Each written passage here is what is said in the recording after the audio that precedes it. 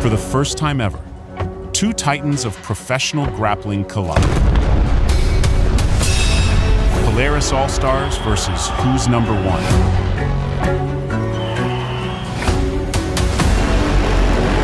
Six against six. Submission hunters, champions, and the most dangerous names in the sport.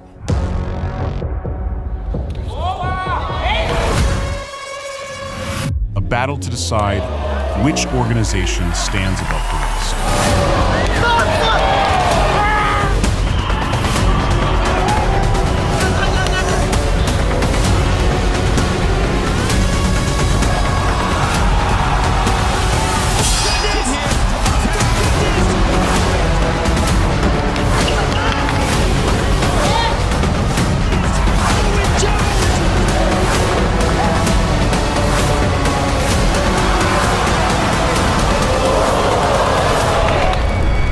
Polaris 35.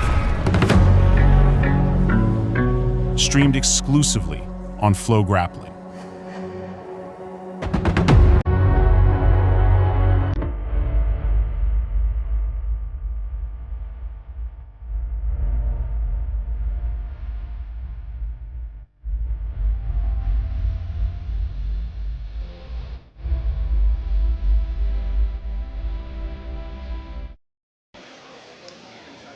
Hello and welcome to Polaris 35 Prelims, coming live from the Abervale Sports Centre in Wales. My name is Tom Barlow and I'm joined by grappling legends Vanessa English and Tom Halpin. We have an exciting night of matches ahead of us on the prelim card before our main card starts at 7 p.m. Let's take a look at our prelim competitors. So Tom, we've got some really exciting prelim matches. Who are you excited to see in this first half of the card? I'm curious to see how it goes between Raguan-Hernandez and Mason Guard, two youngsters, up-and-comers. Hernandez is only 17 years old and a blue belt. Guard a bit more established as a 20-year-old brown belt, but it's always nice to see two up-and-comers, but at the same time one is a bit more experienced than the other, so it should be a pretty intense matchup, I think. Yeah, and in the second half we've also got some great matches, including our main event, which we'll talk about in just a moment. So Vanessa, in this second part of the card, who are you really excited to see go down?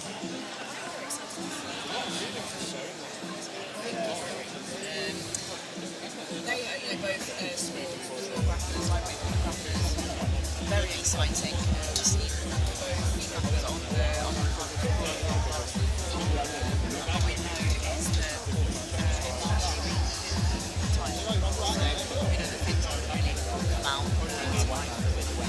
Yeah, and Hedge, of course, part of the team who faced Team Europe in the previous Polaris.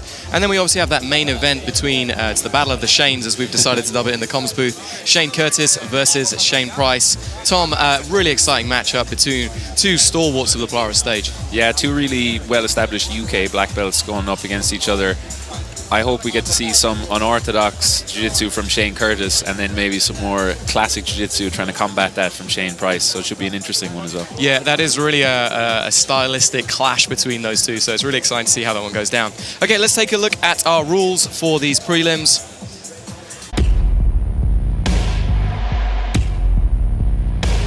Each preliminary match features 2 5-minute rounds with a 1-minute break in between.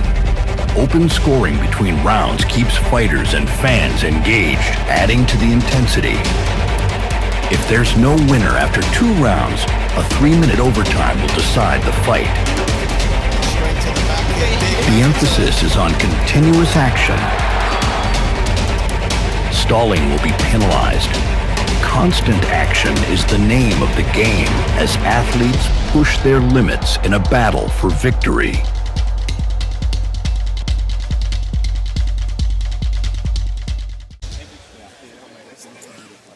So our first match on this card features Caius Davies, 16-year-olds out of Free Grapple, versus Rhys Eckley, 23-year-olds out of Craig Ewers Academy.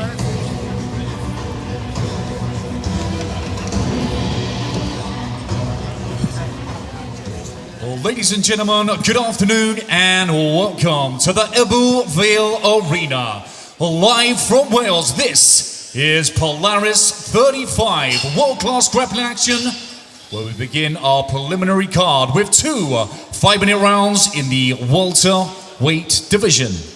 So, introducing first, fighting out of the blue corner, ladies and gentlemen, please welcome Caius Davies. So Caius Davies, only 16 years old, one of the youngest competitors on the card, been training 3 years in the blue belt. Originally started because of training MMA, his dad got him involved in that, but then has focused on his grappling quite heavily, competing in a number of major events around the globe.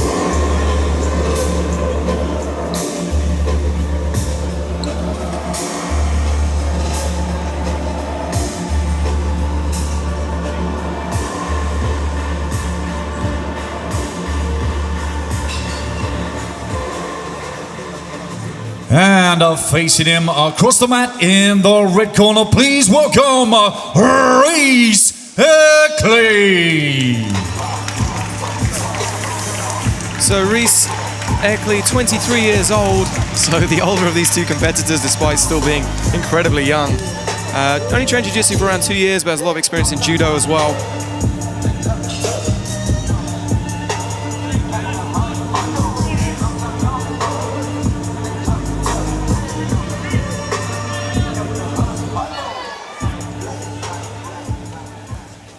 So, ladies and gentlemen, we begin the action in the welterweight division. Let's meet the fighters. Introducing first, fighting out of the blue corner. He stands 5 feet 11 inches tall, weighing in at 75 kilograms even. Representing U Grapple Jiu-Jitsu from Wales is Caius Davies. And his opponent this evening in the red corner. He stands 5 feet 8 inches tall, weighing in at 76.3 kilograms. He fights out of Craig Ewers Academy from Wales. It's Rhys Eckley.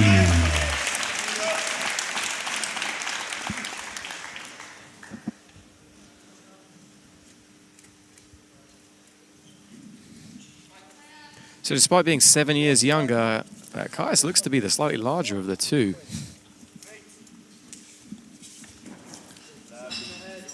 Will we see some judo early on from Rhys? Yeah, he's coming out of Craig Ewers Academy. Obviously, Craig, top judo player. We've seen him a number of times on Polaris. And has done a very good job of adapting that kind of judo, classical judo gi style to the no-gi. Nice foot sweep attempt. Yeah.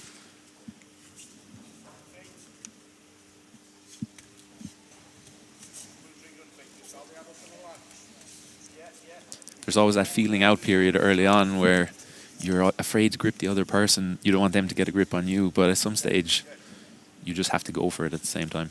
Yeah, I mean, particularly in that first match, right? The crowd's kind of very silent. Everybody's anticipating what's about to happen. And now they're opening up a bit more already. Yeah, they're trying to, looks like they're trading off arm drags. Here we go. Nice. Excellent shot into that single leg. It's that classic wrestler versus jiu-jitsu scramble. Yeah, I mean, you can see Rhys has dropped into that turtle and kind of stayed there momentarily, which is often something you see from people coming from that judo background. And now he's on like a judo side control. Yeah, let's say a front headlock. Yes. But this is a great position here for Caius as well. You know, he's in on that leg. He's shelved the foot up on the hip, looking to drive across. Looks to have a tight body lock here as well. Yeah.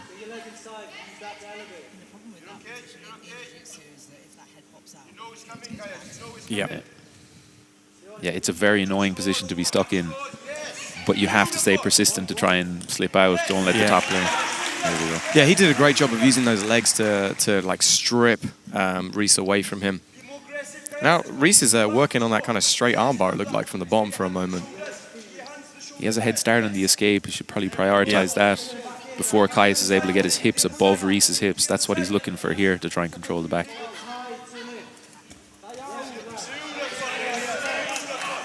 Yeah. You see that a lot with the judo people. They're so reluctant to go on the bottom in position. They have such good like dynamic core strength. They can just spin out of those positions.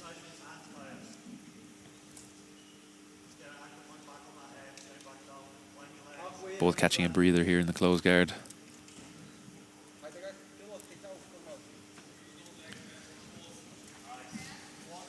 Here we go, Kimura attempt. Yeah, he's locked in that grip. Rhys defending it well, putting some weight over it. Yeah, he's not really looking to progress though at the moment. He's just kind of defending that position. They're sort of momentarily trying to step over the guard. So the action obviously is scored over 2 different rounds, and so frequently since we've introduced this system, we've seen one round go one way and it's come back and gone the opposite way, and then we have this third crazy round happening. Yeah, and you see as well, it plays into the strategy in the second round. Do you use a bit of extra energy to try finish it in 2, or do you save it for the third round just in case? Yeah.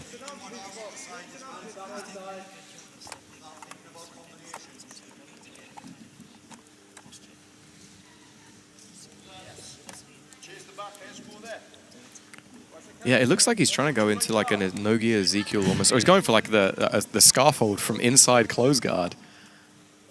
And I don't know, maybe a variation on some kind of Sao Paulo pass. Yeah, it's a bold move. Yeah, it is.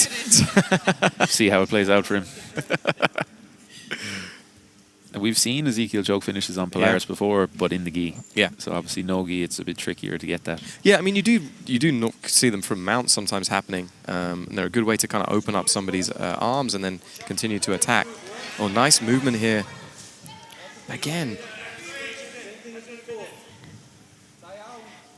Very interesting strategy. Wow. Yeah. He's managed to get it, but again, he's putting himself in danger of getting his bat taken. But Rhys will be defending this hook like crazy now, however. Yeah, I mean, this is a much better position for Rhys on top, you know, having that elbow off the ground.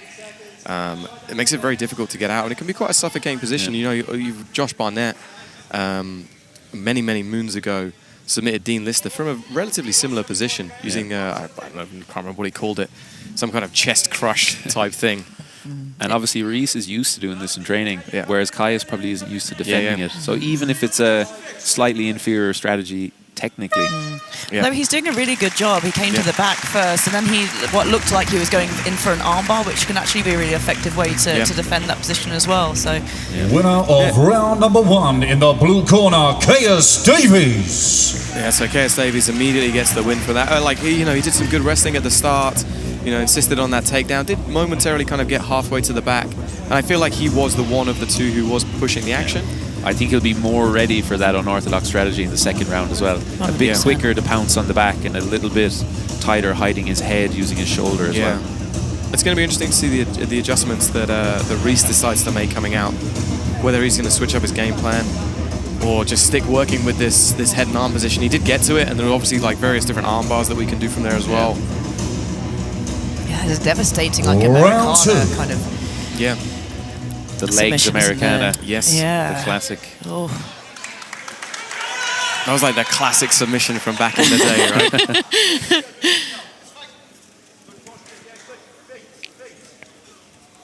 Yeah, and you see the confidence already for Caius after getting the takedown in the first round.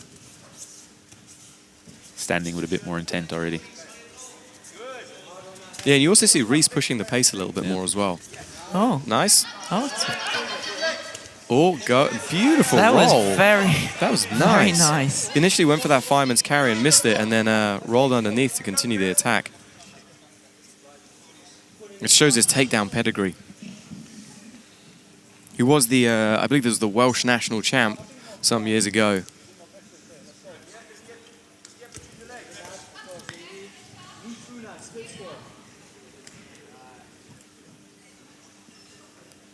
Back in the close guard again. He had good success from here, so he's comfortable from this position.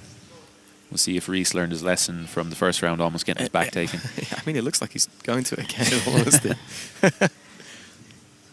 He's comfortable in the scrambles as well. You see that with judo people, as you mentioned earlier. They're good at pouncing away from sweeps or somehow avoiding. Yeah, it's hard to keep him down. But again, he's wrapped up that head. Yeah, I'm curious what his goal is from there. I mean, it's interesting. Like, it is kind of a weird variation on the Sao Paulo pass. Yeah. Just with the head grip rather than the underhook grip. If Davies managed to get that underhook, and actually uses it, it's not going to be good for Rhys.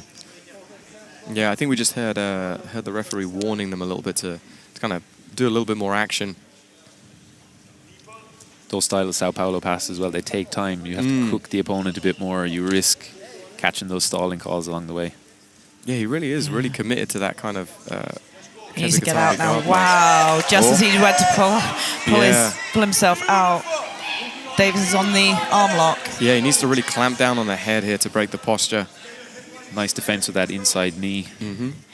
Just stopping Caius from extending enough to finish. Yeah, Caius has got his legs crossed. Now I feel like he's kind of preempting Rhys to kind of explode out of it.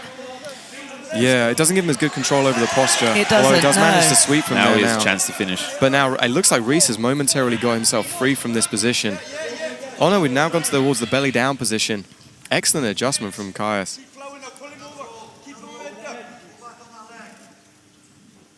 Looks like he's trying to use that foot to turn over. This is like a staple of judo though, right? That's like one of the classic turnovers from the position. Yeah. So you'd expect Rhys to have a really solid base from there and a good awareness of it. You can see he's really benefiting from that judo toughness as well. Nice, stepping over, we're back into that position. But now Rhys needs to start working if he wants to get back into this round. He needs a different strategy. I think that pressure style passing takes a bit too long. Yeah, I mean, Caius corner did a great job of adjusting his tactics. I'd like to have seen Rhys going to some more sort of outside style passing to. Yeah, he was very quick to reset back into the close guard, right? Well, again, that might be an experience in terms of like kind of this style of competition versus judo, right? Caius knows he's ahead now. Does he try and do something exciting for the last minute, or hold on for the win? To me, at the moment, he's still got kind of shoulder crunch at the moment. He's still working on those arms. Like the way that Rhys keeps driving forwards isn't making it necessarily as easy as possible to attack, but he's doing a good job of continuing to catch them. I think Rhys really needs to be the one who's pushing the pace, though. And yeah, I mean, Caius has done a great job of adjusting those positions. Looks like he's maybe working to a triangle, but he's potentially setting up that armbar again as well.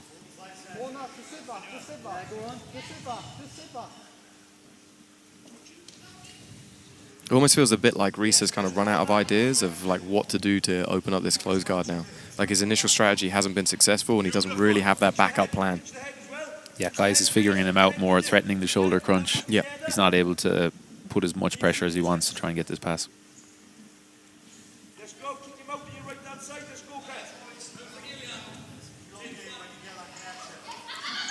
You can see him for a moment. It looked like Caius was trying to bump over the top.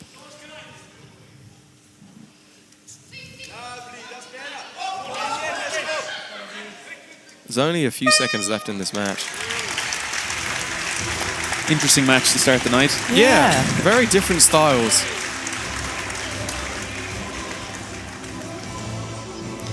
let's throw over to some replays.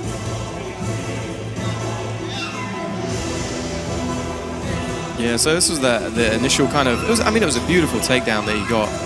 Dropped under towards the fireman's carry and then just rolled through on the arm, ended up on top. And couldn't quite avoid this close guard of Caius. And that was a nice little armbar there. Really nice work. I think there would have been some success with that if the leg was over the head, like you said, Tom. It's very nice. Well, ladies and gentlemen, your winner by decision in the blue corner, Caius Davies.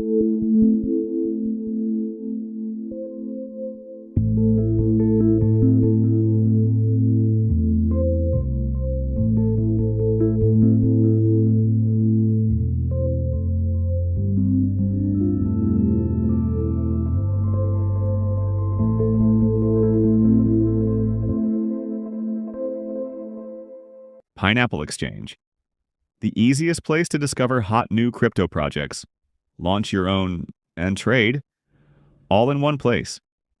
Introducing Base Case. Enjoying the fights? Want to make money on what happens next? Base Case lets you trade outcomes in prediction markets, or create the market yourself. Player or creator, your call. Base Case. Any market, any topic, anytime. So our next match in this prelims card features Lauren Pringle-Price versus Jessica Evans.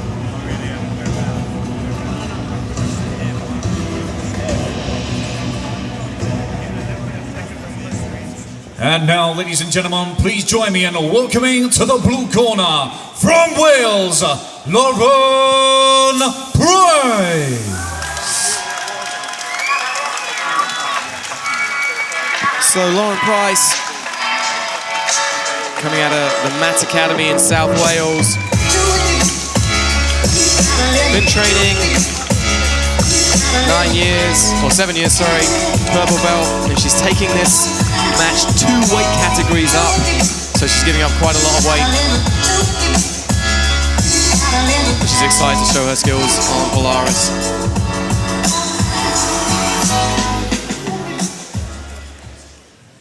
Ladies and gentlemen, fighting out of the red corner, she is Jessica Evans.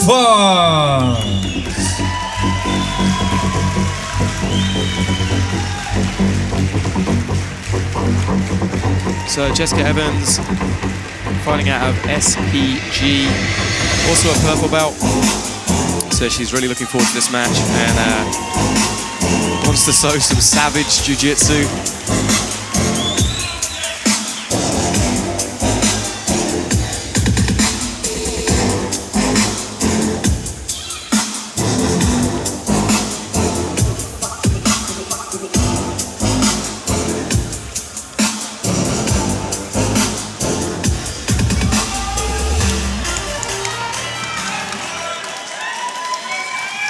Live from Wales, 2 rounds in the lightweight division. Let's meet the fighters. Introducing first, fighting out of the blue corner. She stands 5 feet tall, weighing in at 50 kilograms even. Representing the Matt Academy from Wales is Lauren Price. And facing her across the mat in the red corner, she stands 5 feet 4 inches tall, weighing in at 57.1 kilograms, fighting out of SPG from Wales, Jessica Evans.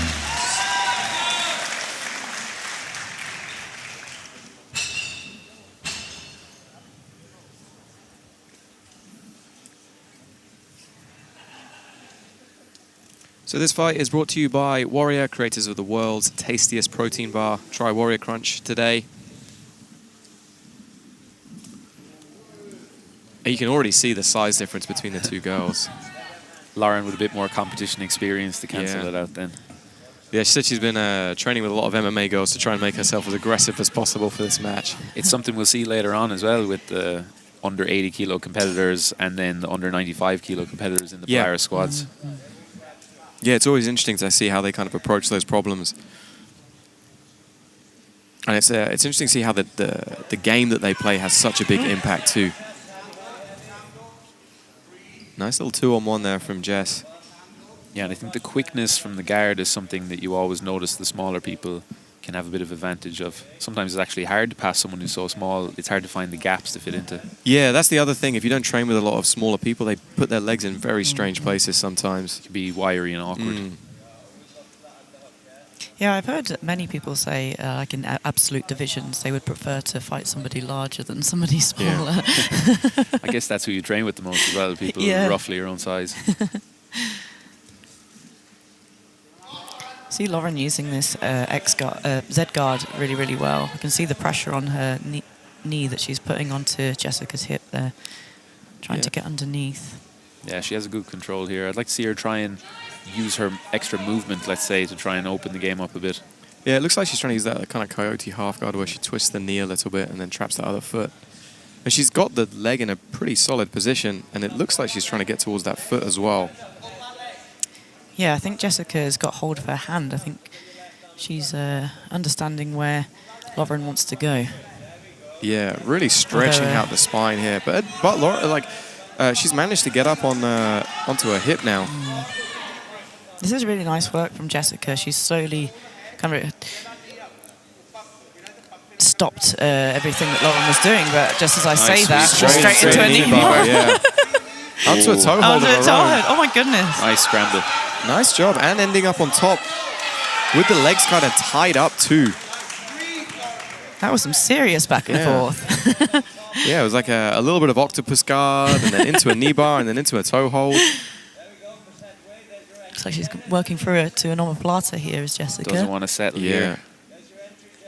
This is kind of like a...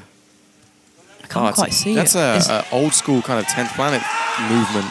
Yeah. And she's got the triangle, and she's got the arm isolated. And she's in the... She used it to sweep to mount. Beautiful work. Very nice. Tough position with the size disadvantage as well. Yeah.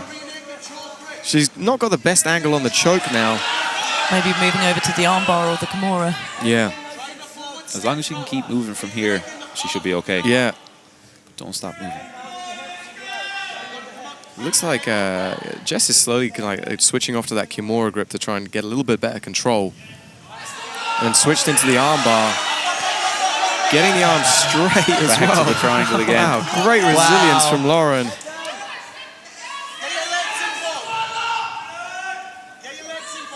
She seems to be safe here now. Yeah, I mean, she's done a great job throwing those legs over. That makes the extension hard. She can kind of work against the grip on her arm to a certain extent. Man, great sequence of attacks. Both of them catching a bit of a breather here, I think. Yeah. Yeah, you can see Jess slowly kind of trying to clear the feet. But now Lauren's up on top and could be on a leg, yeah. She's into the reverse close guard. You see it a lot, some of the best leg entries, as soon as you escape. Oh, she's on the foot. She gets the... Wow. Wait. Oh. I think she thought she tapped. I don't think she did tap. Yeah, it didn't look to be on. Rest I think starting it again from standing. she just let go. Oh, such a shame. She was in such a strong position.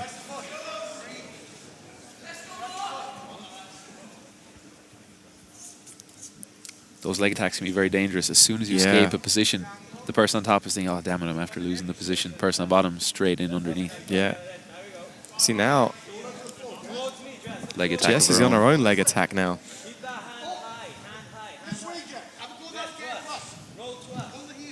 If she can get onto her side from here, she looks like she could finish. Yeah. And now it's more dangerous. See, Well, she has we've got more that- room to extend. I don't know. She's so much larger that it's going to be a bit more tricky to get that that pressure against the hip and extend away.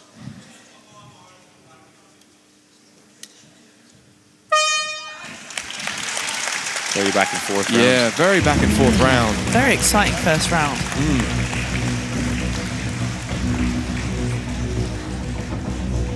Winner this is of round number 1 in Out the to red try and corner, win. Jessica Evans.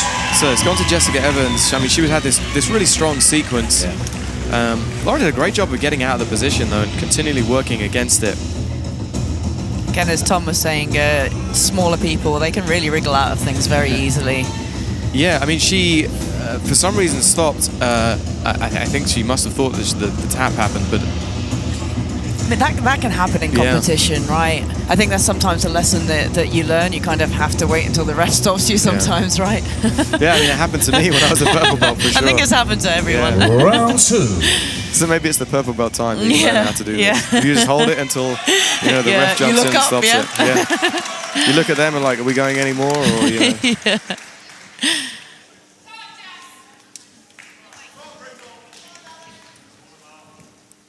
Okay, we'll see if Jessica gets this 2-on-1 again. It's worked for her twice already. Yeah.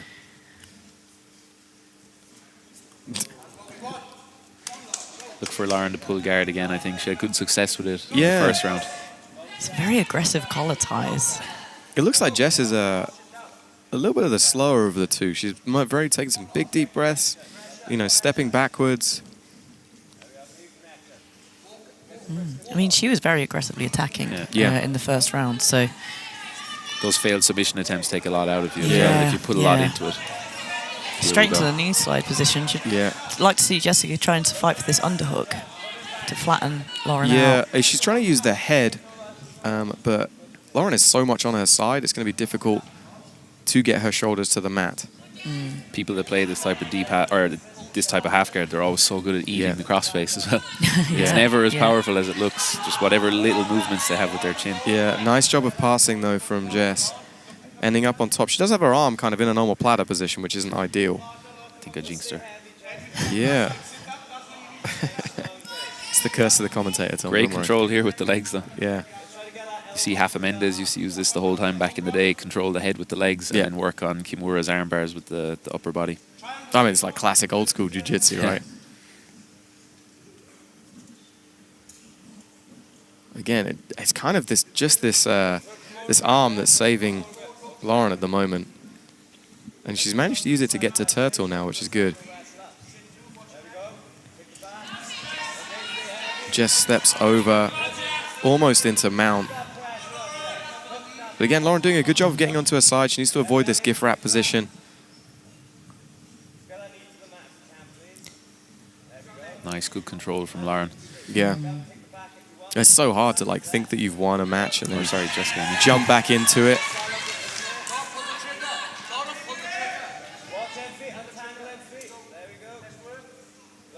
Looks like Jess chose to take the hook out. Here we have runic choke. Yeah, she's working on it. Yeah, Gets the there's the tap. submission. Wow. Nice work. That was a Yeah, really nice very technical nice match. Good back Yeah. and forth match. Both ladies had some really good solid moments. Crowd is going wild there for Jessica.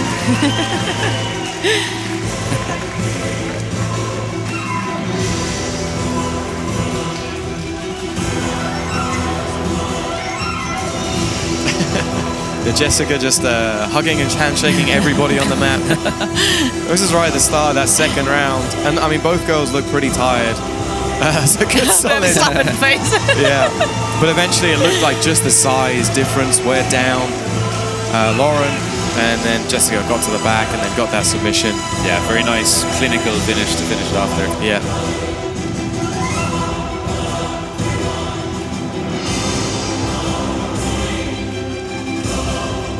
Ladies and gentlemen, your winner by rear naked choke submission in the red corner, Jessica Owen.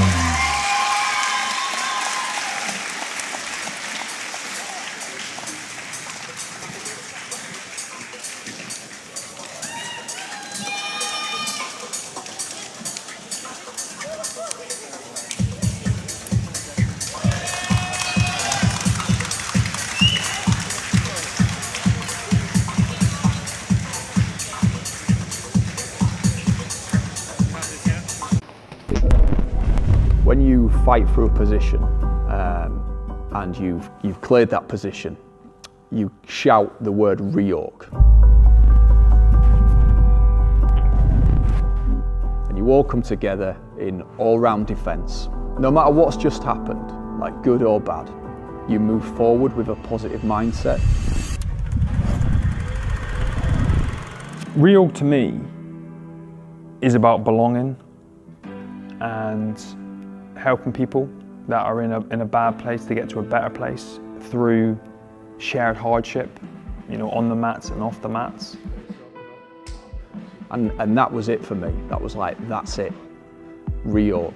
We're going to come together and we're going to move forward using jiu-jitsu to a better place. Passing on, I think, knowledge and experience to people that need it, and helping as many people as we can.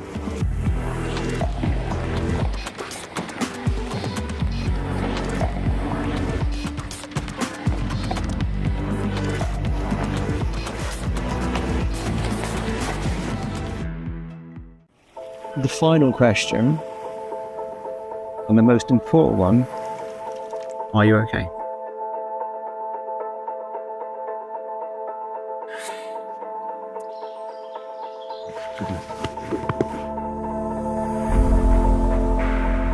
Yeah, I'm okay.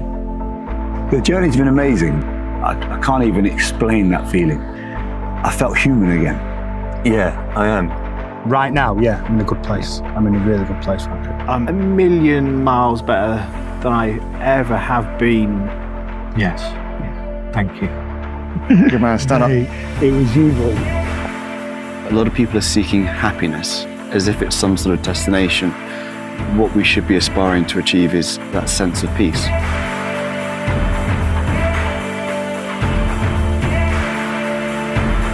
One day at a time.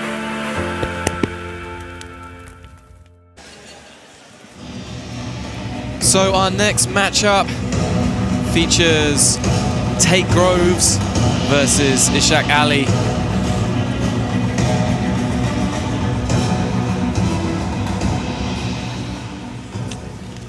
So now, ladies and gentlemen, our next contest in the welterweight division.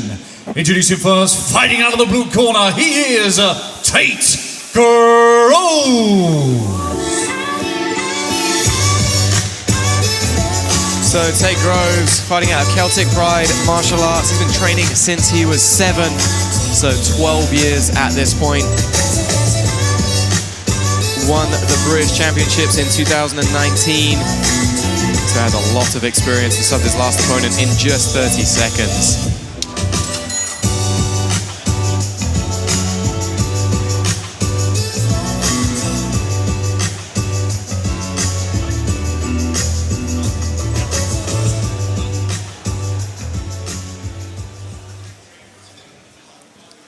And his opponent in the red corner, please welcome Ishaq Ali. So his opponent is Ishaq Ali, fighting out of Royal Jiu-Jitsu in Birmingham. Only been training 7 years. He's a purple belt. I've seen this gentleman compete a couple of times. Very explosive, very dynamic competitor.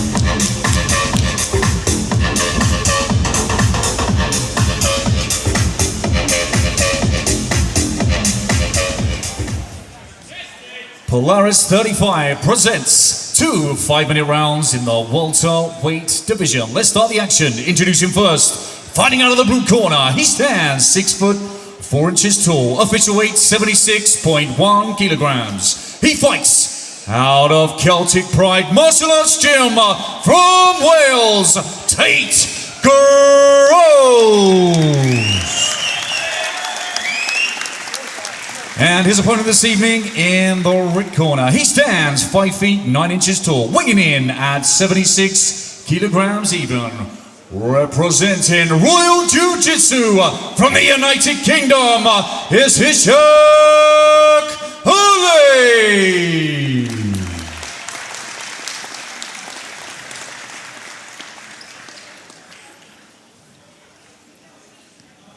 So this fight is brought to you by Venom, the biggest brand in combat sports.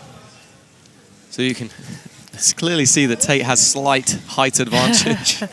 Trying to jump straight over. To jump over. Quick start. Ishaq straight onto the leg. Those tall people are so awkward to fight. Yeah. It's kind of anybody outside of the norm, right? Either too small or too tall. They always just have that big problems. mechanical strength as Yes. well. Like in weird places, just weirdly strong. Yeah, I find it. Oh my beautiful wow. jumping triangle Didn't attempt. see that coming. But then gave up his back. Big scrambles Nice early double on. leg there from Ishaq. Yeah. Ishaq doing a good job, just slowing down the pace a little bit and getting nice and close now to Tate. Good control. This time now, try and capitalize on the turtle to take the back. Yeah, I know in his last match he ended up guillotining his opponent. Has a good front headlock game. Trying to set up the darce, lets him free. People underestimate the turtle, how defensively sound a position it is. Sometimes better off-balance the person a bit before attacking. Yep. There, Tate had great balance, and he was just able to stand up out of the darce, no problem.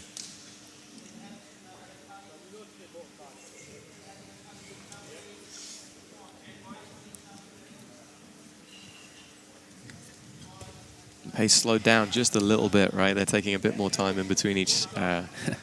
Again, charging up for the next explosion. Yeah, exactly. Ishaq's on that front headlock again. But you have to be careful when someone's got that kind of length in their arms. There's always the darces are there ready for you.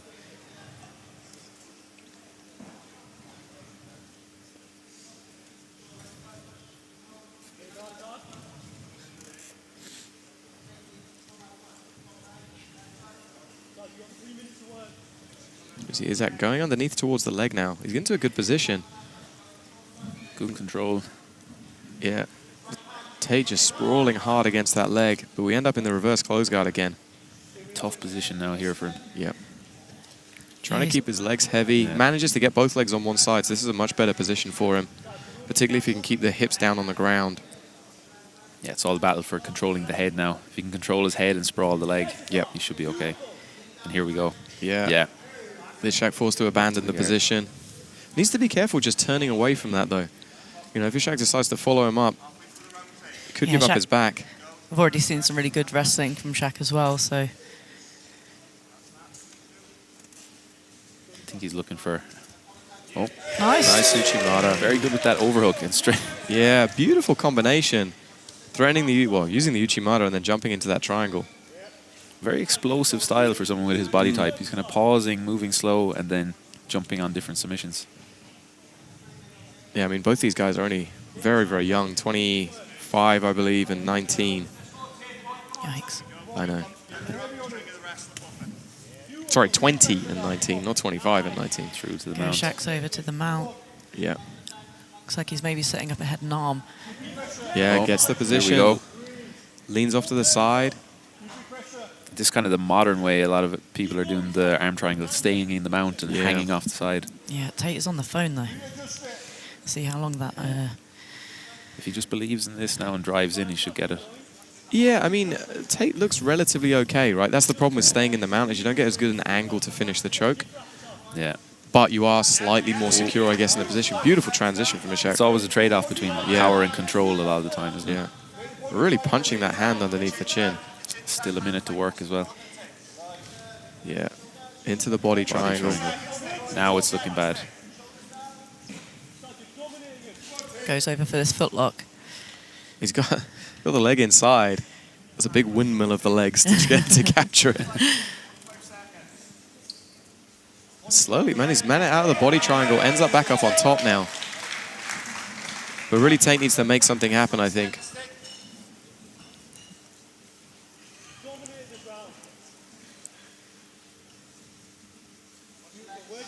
Reverse close guard coming again. Yeah, he's just jumping into the leg.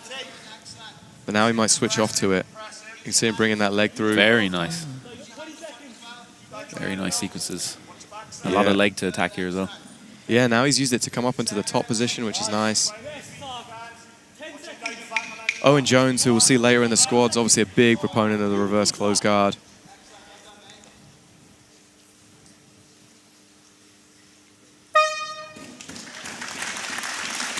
Some nice jiu-jitsu there.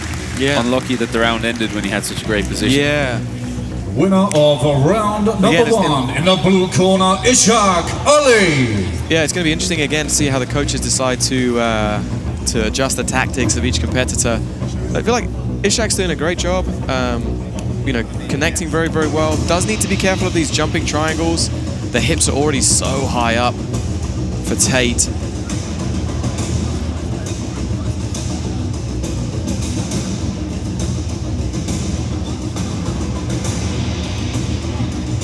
Again, this was probably the best submission of the night. Very deep, but just couldn't quite get the right pressure, couldn't drive in enough to get the finish. Round two.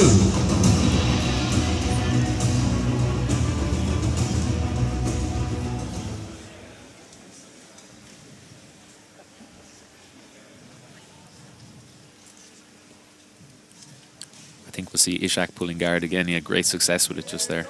Nice, into the front headlock. Here's the guillotine. Yeah, it's good. It's a good position. It's looking tight. Yeah, good job from Tate to break that grip in the hands. But really nice position again from Ishaq. Trying to get that high elbow position, it looks like. Great defense by Tate. Yeah, and now Tate in on that front headlock instead. Biggest difference so far has been the guard of Ishaq, I think. Yeah. Now Tate jumping on the guillotine. And he's got it, and he's got long levers as well. And he's really bridging into it. You can tell he feels that it's on, right? There was a lot of pressure going onto that. A lot of belief. Yeah, he needs to be careful though. He's giving up that leg position. Get his hip off the mat. Yep. And now he looks okay. Nope. That's tight. Oh, there we go. We had the tap. Yeah, he got the tap. Yeah, nice adjustment from Ishaq. That foot coming across to the hip. Yeah. Gives it so much power.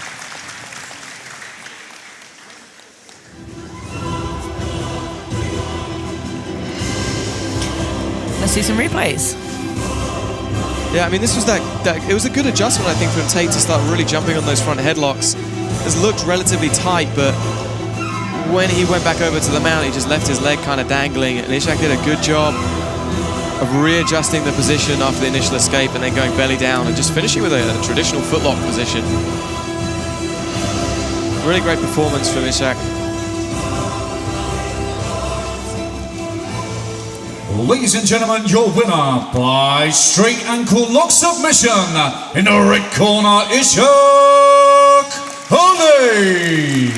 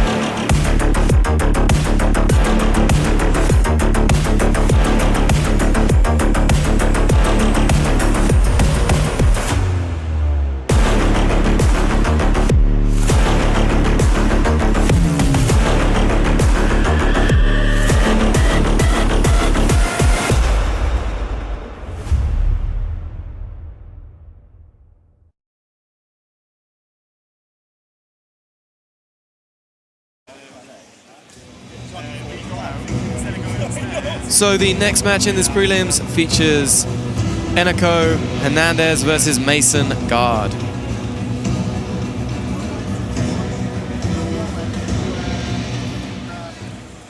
And now, ladies and gentlemen, please welcome to the blue corner, Eneko Raguan-Hernandez.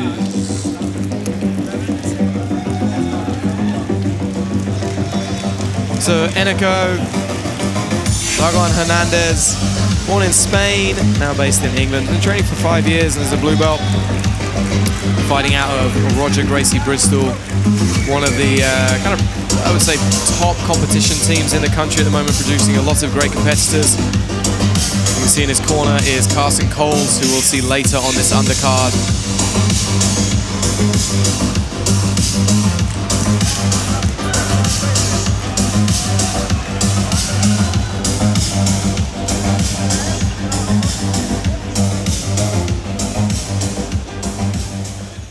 And fighting out of the red corner, introducing Mason Guard.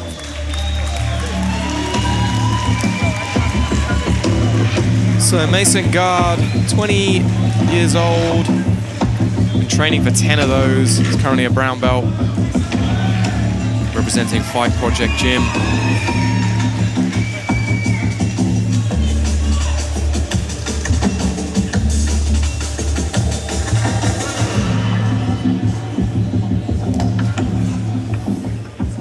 Ladies and gentlemen, Polaris 35 presents 2 5-minute rounds in the lightweight division.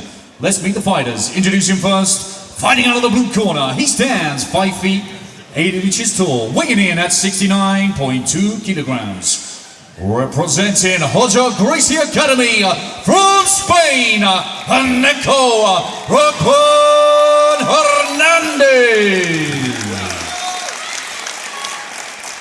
And his opponent this evening in the red corner. He stands 5 feet 8 inches tall, official weight 66.8 kilograms. Training out of Fight Project Gym from England, is Mason Guard.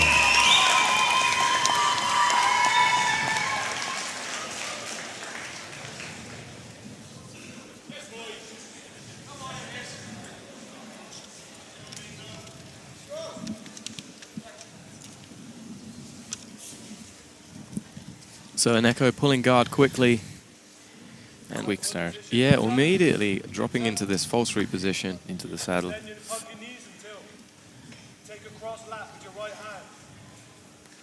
This is when the leg locks are most dangerous as well. First couple of minutes of the match. Probably pretty dry. Lots of friction to work with. If he's getting into it this quick as well with that kind of intent, you know he's good at finishing. So Mason really needs to try and not let himself get off balance from here. If his hip goes to the mat, I think the finishing sequence now are going to come quick. Yeah. Good defense. Yeah, pretty good recovery from Mason. Doing a good job.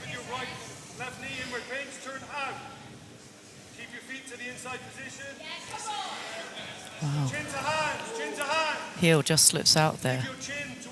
Risky strategy going on the counter attack though. Yeah. He's done a good job of slipping his heel a couple of times so far. Now it looks to be on a bit up. Yeah, he's doing a good job of freeing up that knee line. Now he's working on potentially on his own leg lock again.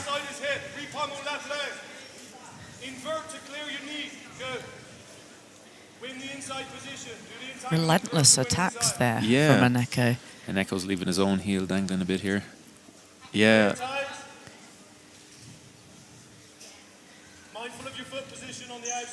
Very nice entries. You can see he's comfortable going between the different type of leg entanglements as well, so he definitely knows his stuff from here. Yeah, he just can't quite capture that leg. And Mason's doing a great job of keeping it just safe enough.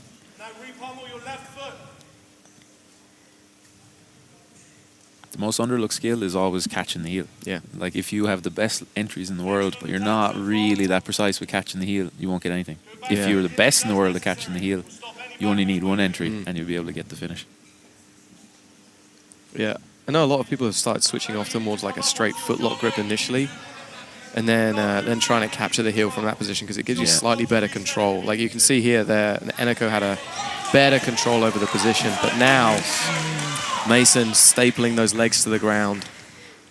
It's going to be interesting to see how much gas Eneko now has left. I mean, I know he's a 19-year-old lad, but you know, it still takes it out of you, right? Yeah, I mean, Mason looks strong in this position. He's up high already. Like, he looks heavy. It looks like he's already separated into the triangle as well. You see it a lot with leg lockers too. They have their initial 2 minutes where they go after all their attacks, and if it doesn't work, it can be a little bit demoralizing afterwards. Yeah. Yeah, particularly when you have such a good, clean entry to start with as well. And they, you know. Yeah, Mason's full of confidence from here now, looking to set up a triangle from the mount. Eneko, we need to off balance. He's sat on your hips. He's where he needs to be. Go between bridging and kipping. Yeah, Mason just trying to separate out those hands. Yeah, and that kipping escape, it works really well when you can keep your elbows in. Yeah. You don't want to lower your chest too much while the person on bottom has the elbows in, as we see here. Yeah. Mason switching off to a knee on belly, which is an interesting tactic, and then to the side.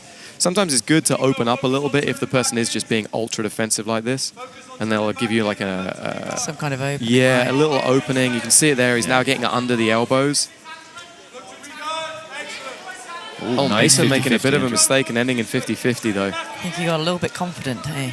Left a little bit too much space. Oh, he needs to slip this heel quick. He doesn't seem that phased by it though. I mean, I have made this mistake in competition, thinking that I've escaped a leg lock and it's looking tight now. Yeah. Ending up straight into it again.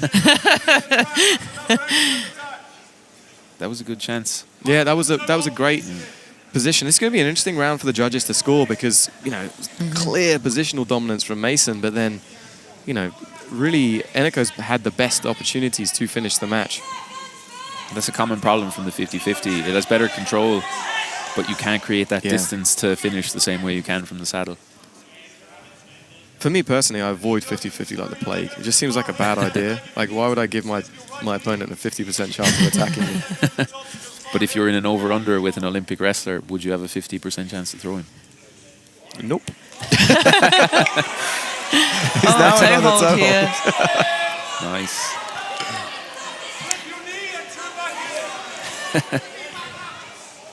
Now Mason trying to dive on that foot. That could throw it into his favour for this round.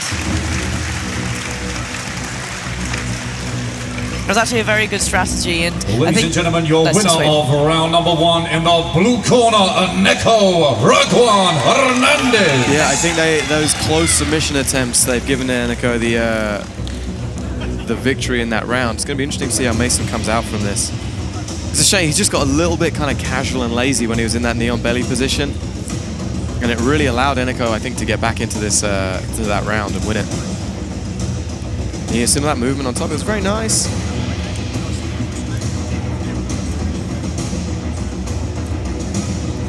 I really liked here how Mason rolled but kept it on the map. It's very... Yeah, it's good mat awareness, right? Round 2.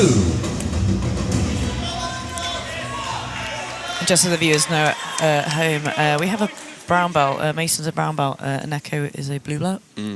And I think you can... Although Eneko obviously displaying some very technical jiu-jitsu, I think Mason's kind of coming out as a little bit more of an experienced grappler. Yeah, look at that. That was a very nice little passing sequence there. Mason being a bit more reactive to that entry this time, though. But again, Eneko doing a good job of securing that other leg. And now he's looking to try and get over the top of that knee, it looks like.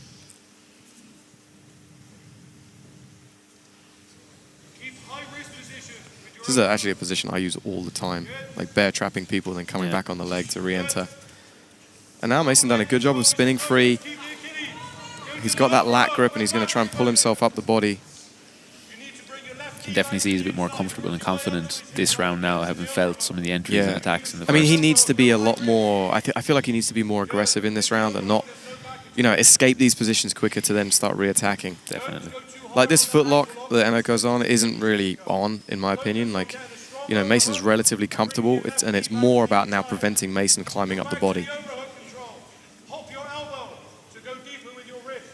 Is he looking for the back here, using that lat grip? Yeah, yeah, I think so. That's what he's trying to do. As soon as his leg pops out now, he'll be able to... Yeah. I believe this happened in the first round.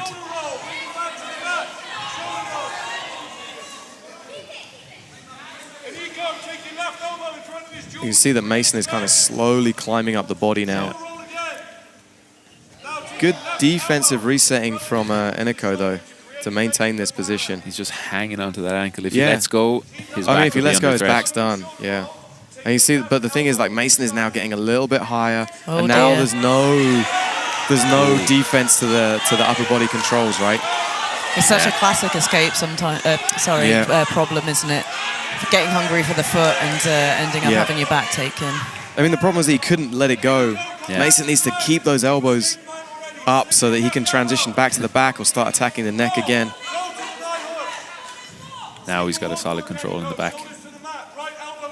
Yeah. Mason has plenty of time to work. Doesn't have the best control over the position. He's trying to set that second hook. Yeah, he's got the second hook. This is where these hand fighting sequences are so important in the back. Yeah. If you're not going to trap the other person's arm, you need to have a few hand fighting movements and strategies from here. Yeah, Mason trying to throw over the top of that arm and isolate the arm, but that gives a little bit of space to Eneko, and you can see Eneko's used it quite well. But again, like, Mason did a good job of reacting, going towards the arm triangle.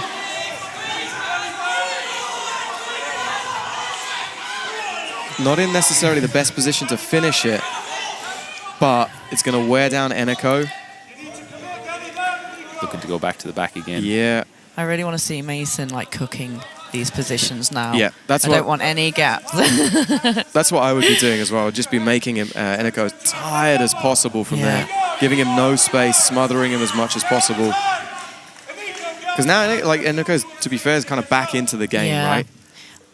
Mason had his hand in front of the legs to stop the guard recovery, but then kind of took his hand out. I'm not sure. Yeah, it looks like Mason's got real tired as well. Back in the saddle. You know, pacing is so crucial when you're in a very competitive match. Like, knowing when that you need to push and when you just need to slow down a little bit.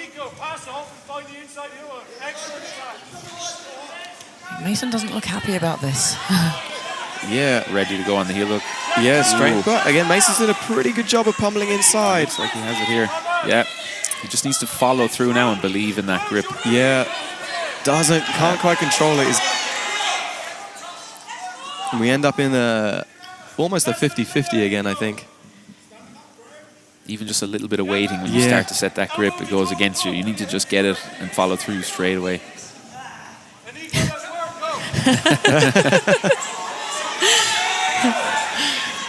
30 seconds left. Will we see a flurry? He's gone for like kind of almost like a knee bar position, not quite a lat knee bar. And he's in on that foot. Is this the footwork of Eneko is very good, switching from one side to the other. Yeah, he looks like he's going Aoki, right?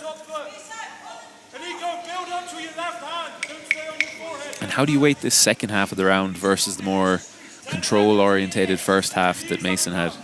I don't know. Like, I think Mason clearly had the better... Again, it's very similar to the first round. He clearly had the better positions. Yeah. I think he had them for longer in this round. I think so.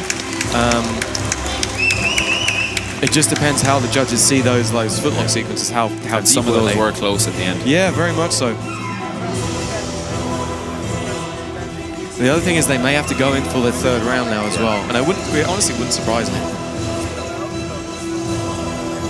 You see Mason trying to jump on those, jump on the back, and then here he went into that arm triangle position.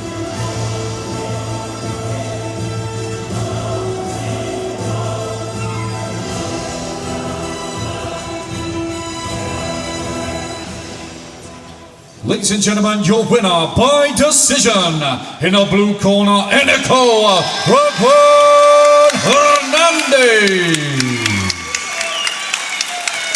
Very well fought.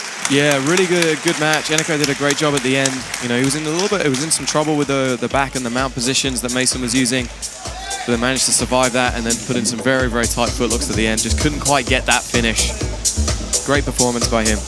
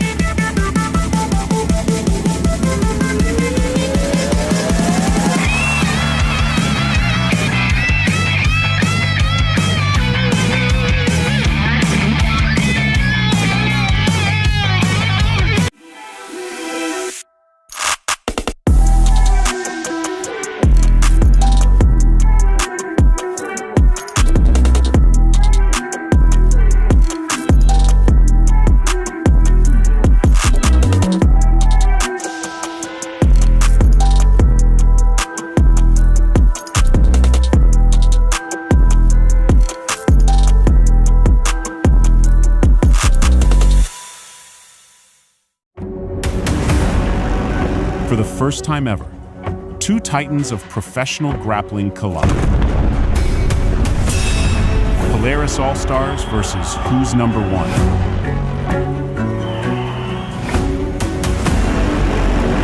Six against six.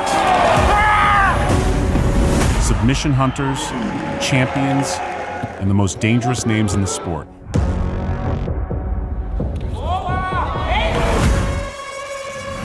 A battle to decide which organization stands above the rest.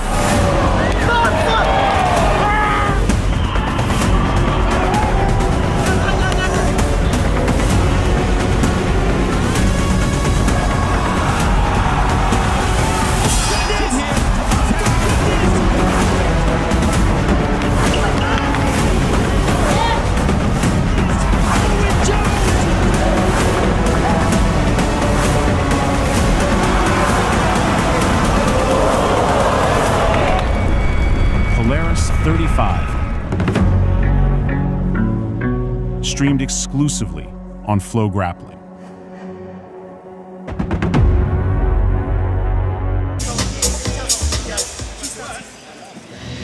So our next match features Annica von Mantripp versus Amisha Price.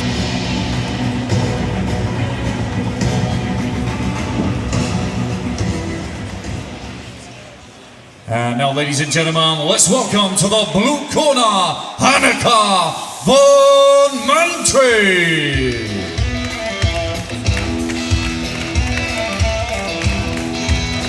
So Annica von Mantripp, she's been training around 5 years.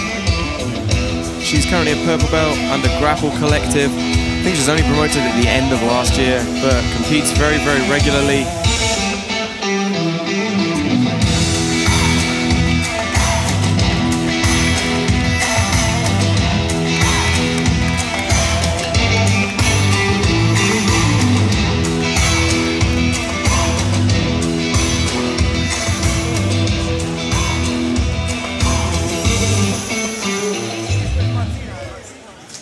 And fighting out of the red corner, please welcome Amisha Price. So Amisha Price, also only training around about 5.5 years, but currently a brown belt. She's representing Mama's Academy. These two ladies have fought before, going 1-on-1, so this is to see who can get the deciding match.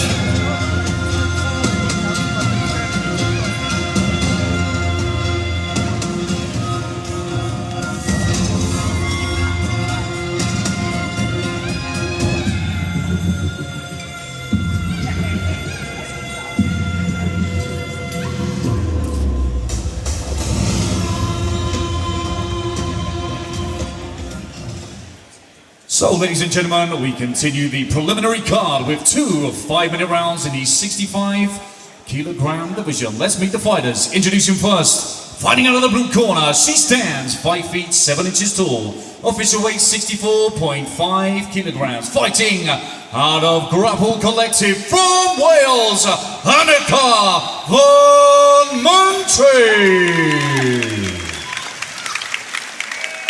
And her opponent this evening in the red corner, she stands 5 feet 6 inches tall, weighing in at 63.2 kilograms. Representing Mama's Academy from Wales, Amisha Parry.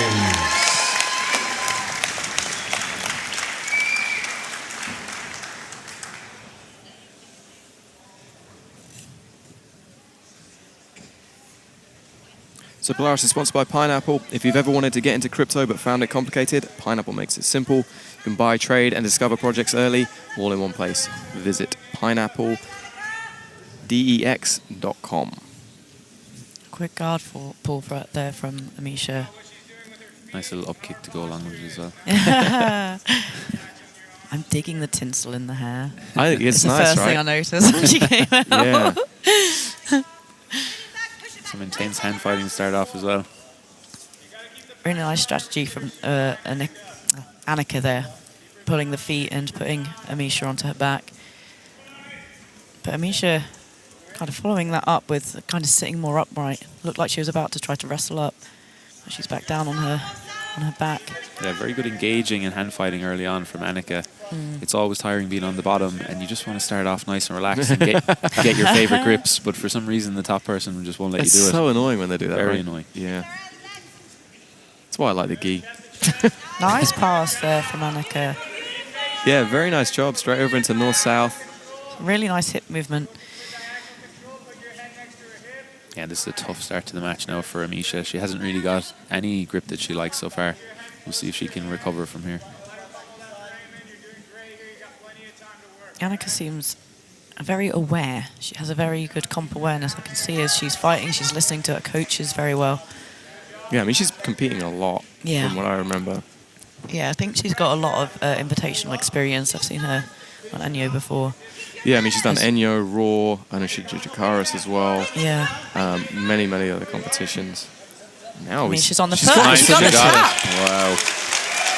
Great turnaround. Wow, that was incredible. Once that hip goes to the mat. Yeah, such a fast catch. Position. Let's just take a look at this replay. Yeah, this is a really nice... Oh no, that was the up kick. Oh, this is a guard pass.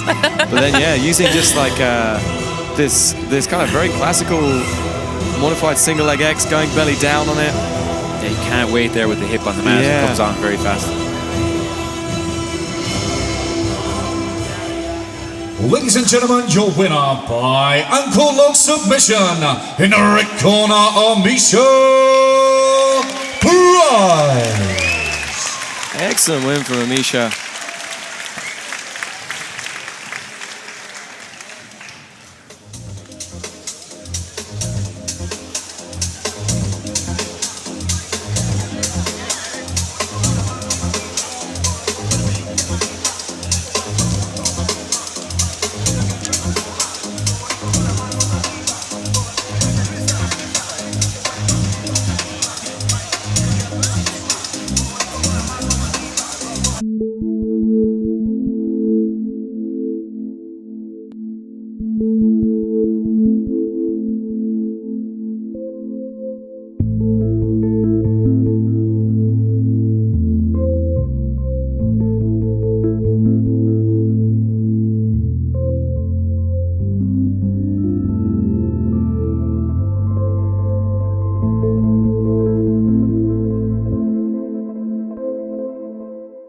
Pineapple Exchange, the easiest place to discover hot new crypto projects, launch your own, and trade, all in one place.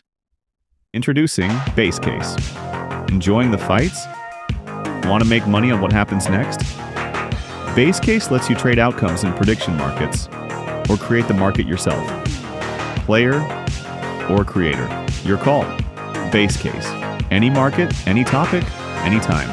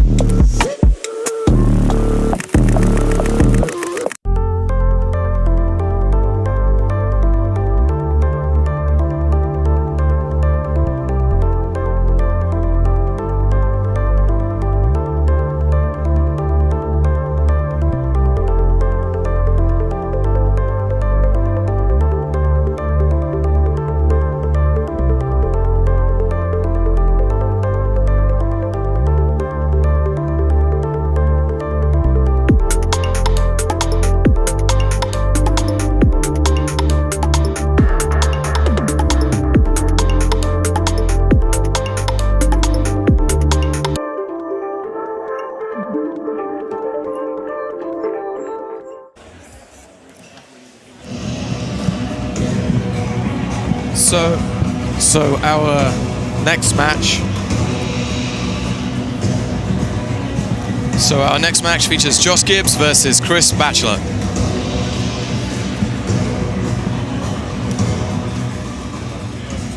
And now, ladies and gentlemen, we welcome to the blue corner, Josh Gibbs.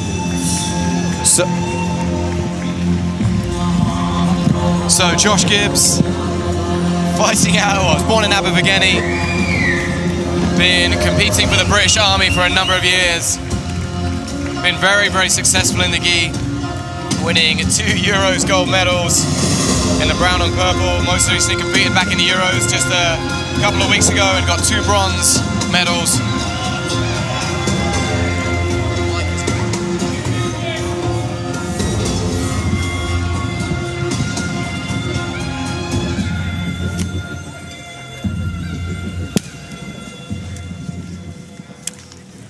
And his opponent this evening in the red corner, he is Chris Batchelor. So Chris Batchelor, brown belt, been training around about 7.5 years. Has done a lot of judo, but currently represents Nails Fight Center.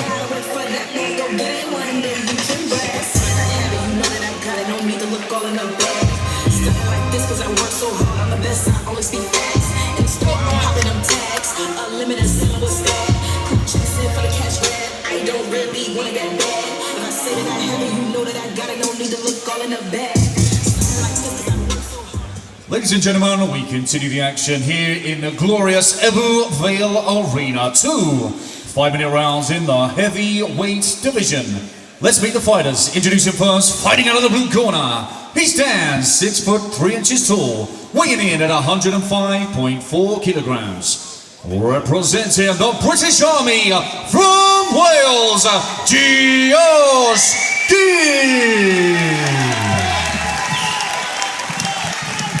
And his opponent this evening in the red corner, he stands 6 feet 1 inches tall, official weight 105.8 kilograms, fighting out of Pedro Bessa Nails Fight Club from Wales, Chris Batchelor.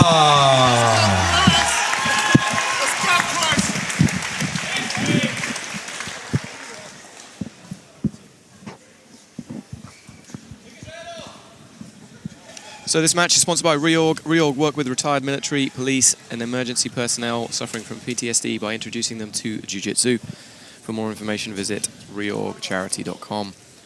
See Josh going in for those double unders straight away. Very physical already. Straight onto the guillotine. Yeah, I mean, Josh basically just does Jiu-Jitsu full-time, I think, at the moment. One of the most active kind of British Army competitors, and has been doing it for a very, very long time. Been pretty successful coming up through the colored belts. I think relatively recently got his black belt. Wow! Big takedown from Chris. Yeah, Chris showing that strength. Returning the favor.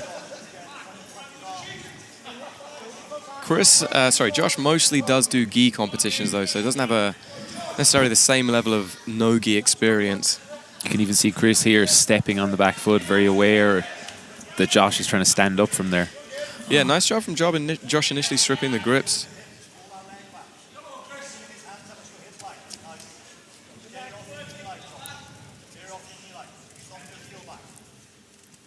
Josh trying to drive that leg down. Nice little catch. Attempted Uchimata. Yeah, maybe. And back into the front headlock again. Into the 10-finger guillotine, something we don't see that much. But like we were talking about before, when you're attacking the turtle, using something like that as a bit of a distraction, and then that transition around the back has left Josh in quite a good position here.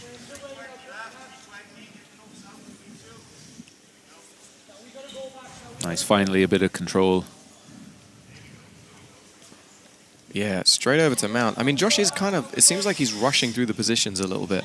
Like he could definitely just spend a little bit more time with that crossface, cooking Chris. He's definitely relying on his physicality a lot early on. Now he's controlling a bit more. Yeah, working on that straight armbar position. If he can get his leg over the head now, this is... Oh, no, he gave up on it. Yeah, I don't think he had quite the right angle, but switching off towards the head and arm again. Perhaps we'll see an Americana attempt in a second. Yeah, you can hear his coach kind of calling out for him just to slow down a little bit. No. Oh, mounted Americana. Yeah, he's going to switch this off to yeah, an that's armbar. exactly what I was thinking as well. No. Oh, choosing to switch to the knee on belly. Nice use of the double unders by Chris. I think Chris needs to just keep on moving. Yeah. Let Josh get settled and start to overpower him, get the arms up over the head. Well, it looks like Josh is kind of giving him just enough space to open up, and then uses that to, you know, potentially set up a submission trap from there. Now he's got that head and arm again. Good job from Chris, closing, like keeping that elbow as open as he can, and really not letting Josh get it up too high. He's having good success. Oh. Yeah, I think he's going to this switch off to off. the armbar again. Yeah. See him trying to throw it out, and then as Chris pulls it back in, that's like old school jiu-jitsu. But he might be just waiting out the time a little bit as well, because if he does go to the armbar position and lose it, he's going to end up on the bottom.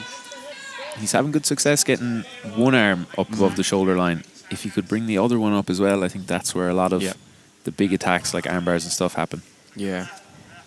But he is keeping that threat there the whole time. Here we go. Yeah. He sees he's switched off towards like an S-mount position. But needs to kind of commit his weight a little bit more onto Chris. Go for it. Yeah, he's got a minute left. Nice use of like pushing down the hand to make that grip harder to hide. Yeah, Chris has done a really good job of just sneaking that hand behind the leg. Yeah, but this is what I was talking about now. He's on the bottom, not necessarily in the best position. And now Josh trying to rush up. Has to be careful not giving up the back. Manages to use kind of Uchimata. But Chris holding heavy on that head and arm position.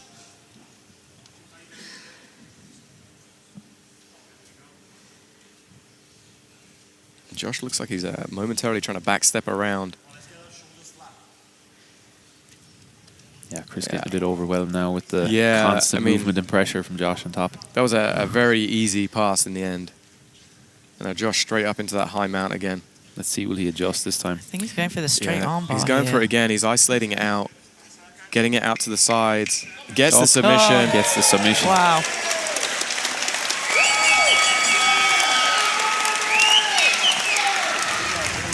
Yeah, I mean, it was a really solid performance from Josh.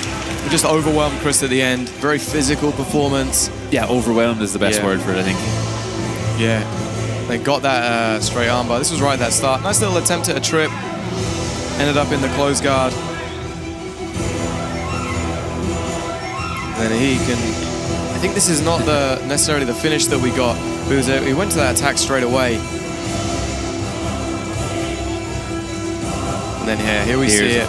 You can see he just angles it out to the side and drives that submission through. Really nice work from Josh.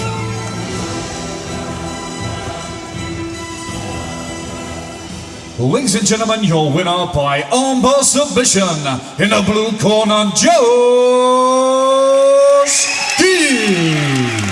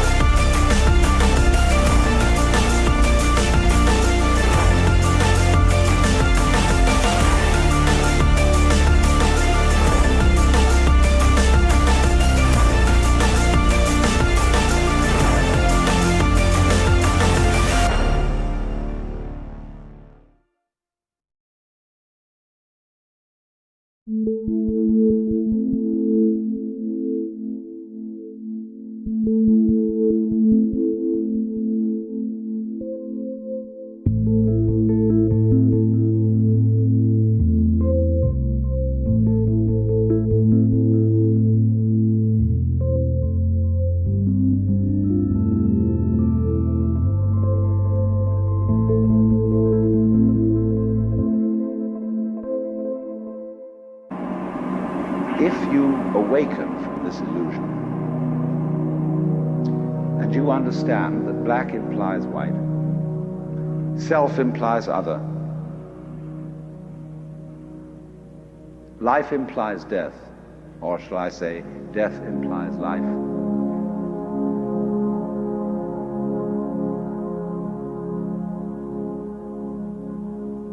You can feel yourself.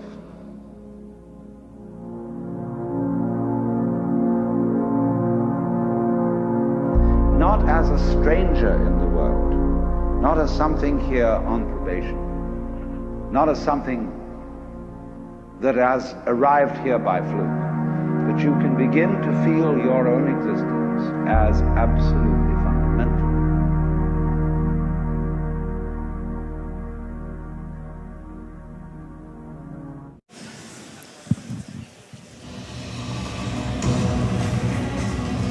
So in our next match, we have Jordan Adney versus Lloyd Davies.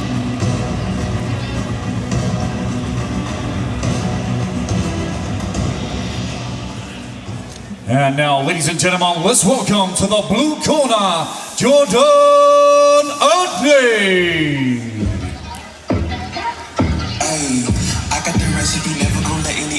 So Jordan Adney, 24 years old, representing Royal Jiu-Jitsu, training 8 years and currently a brown belt. Previously competed on Polaris 20 and won via inside heel hook.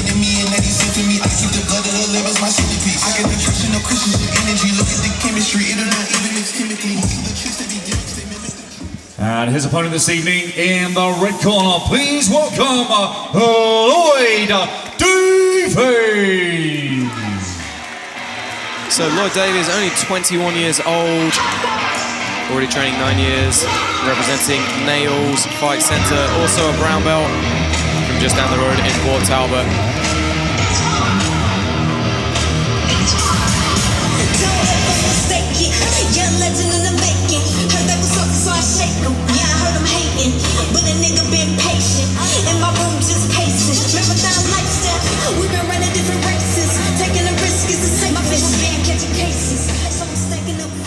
Live from Wales, we continue the action in the lightweight division.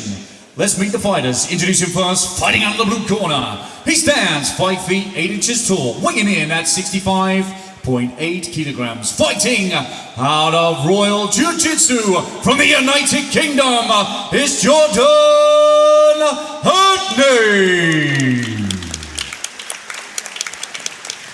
And his opponent this evening in the red corner. He stands 5 feet 8 inches tall, official weight 68.3 kilograms. Representing Nails Fight Center from Wales, Lloyd Davies.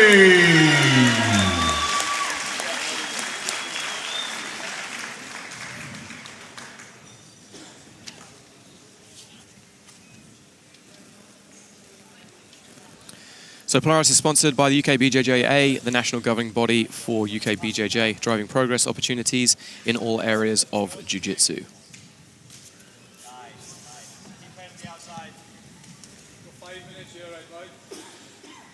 Quick guard pull there from Lloyd, and you can already kind of see his flexible guard. It's going to be very, very tricky.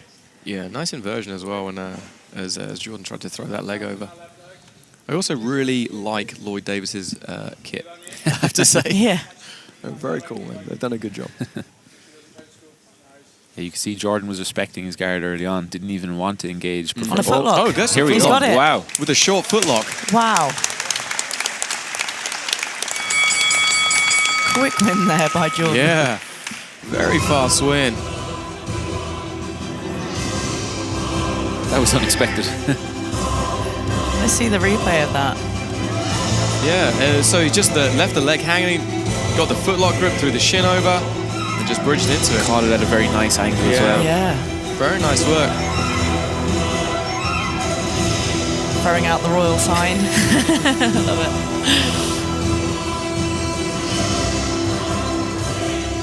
Ladies and gentlemen, your winner by ankle lock submission in the blue corner, Jordan Adney.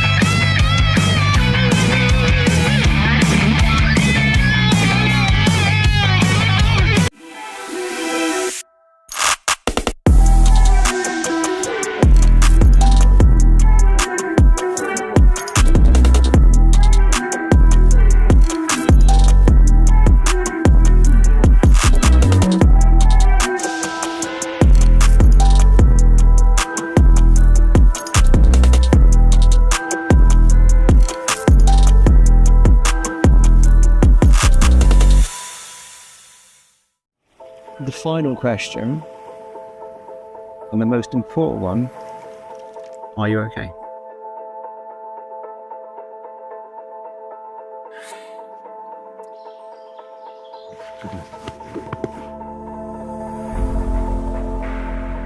Yeah, I'm okay.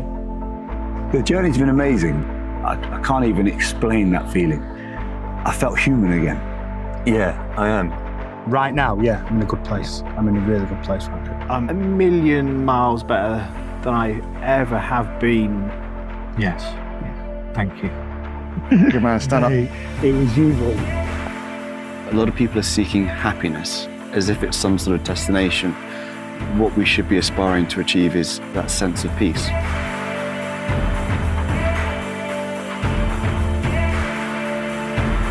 One day at a time.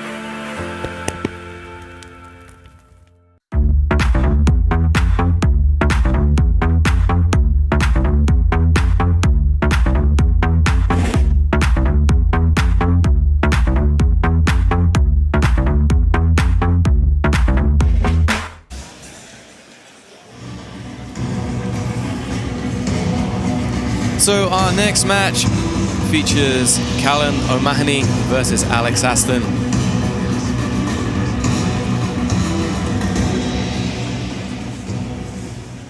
And now, ladies and gentlemen, fighting out of the blue corner, please welcome Callen O'Mahony. So Callen O'Mahony, he is representing 10th Planet Poway, which I believe is just outside San Diego. Not been training jiu-jitsu long, only about 2.5 years, already a purple belt, but has a lot of wrestling experience and has double golded at European no-gis. And fighting out of the red corner, ladies and gentlemen, Alex Aston. So his opponent is Alex Aston. He's been training 14 years, currently a brown belt. Competed and won on Polaris before, representing Empire MMA.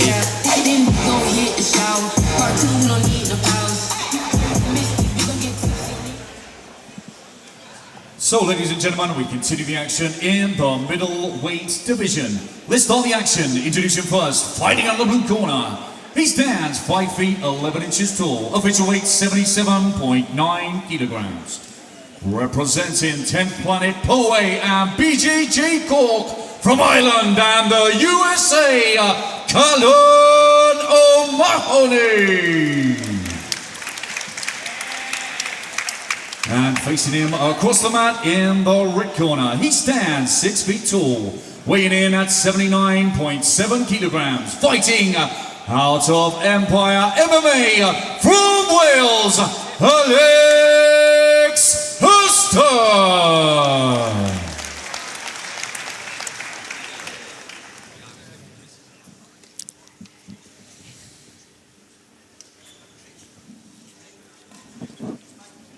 So Polaris is sponsored by Scramble Jiu-Jitsu clothing and equipment. Wow, since 2009.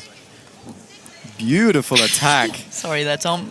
Got a bit excited. Yeah, I mean, it was easy to see why, Vanessa. Callen straight in on this attack. Alex is an MMA competitor.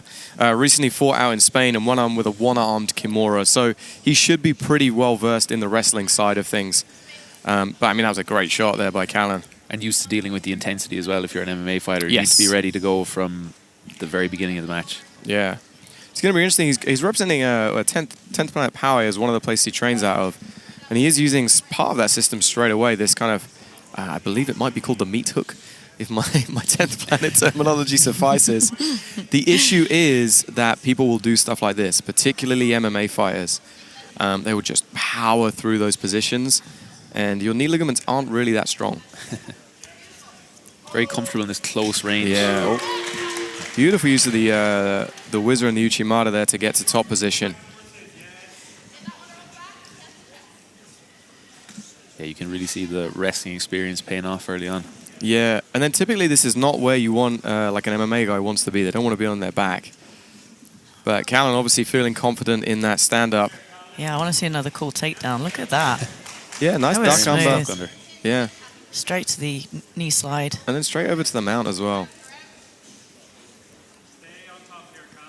I feel like duck unders have become all the rage in the last year or so. Everybody loves a duck under. Yeah, you want some of those low-risk ones you can do. Yeah.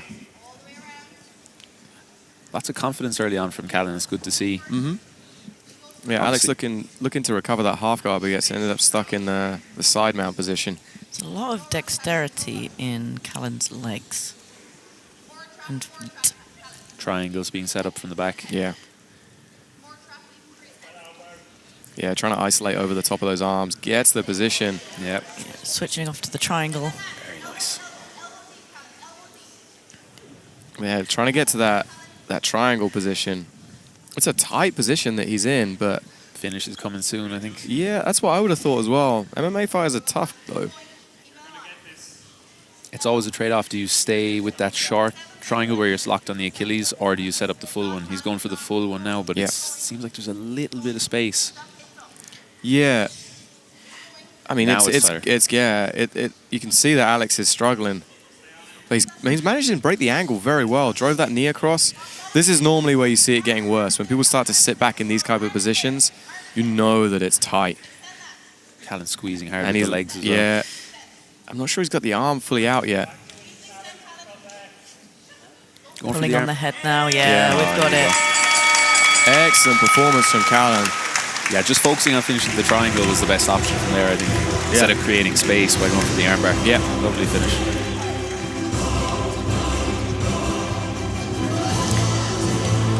I would love to see some replays from these takedowns. Yeah, I mean, this was just that Uchimaru did at the start to get up on top and then just kind of walked away from the position. It was a beautiful setup, just getting up high on the back, switching off to the triangle. And then, you know, Alex was stuck in this position. Gradually, we kind of saw him getting worn down more and more, and eventually when that cranking on the head came, just forced a tap.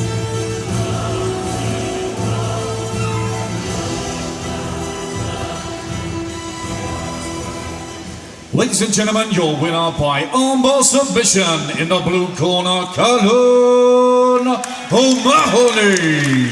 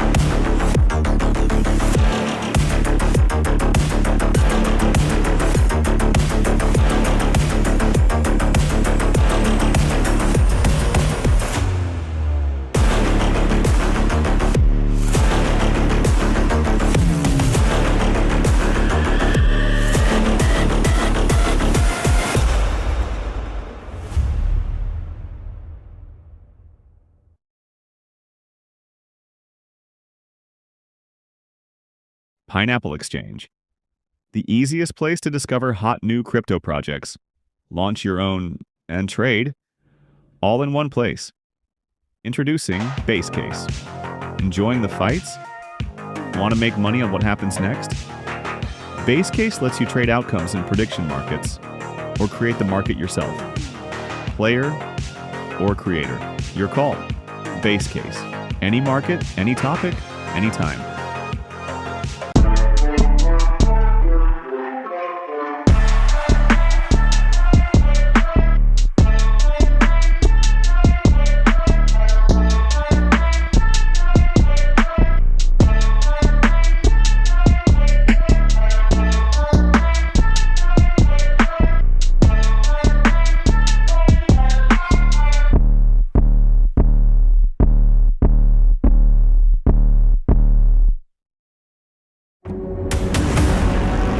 For the first time ever, two titans of professional grappling collide. Polaris All Stars versus Who's Number One.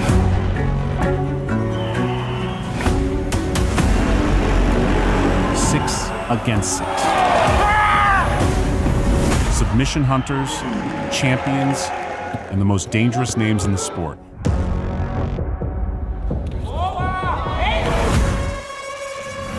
A battle to decide which organization stands above the rest.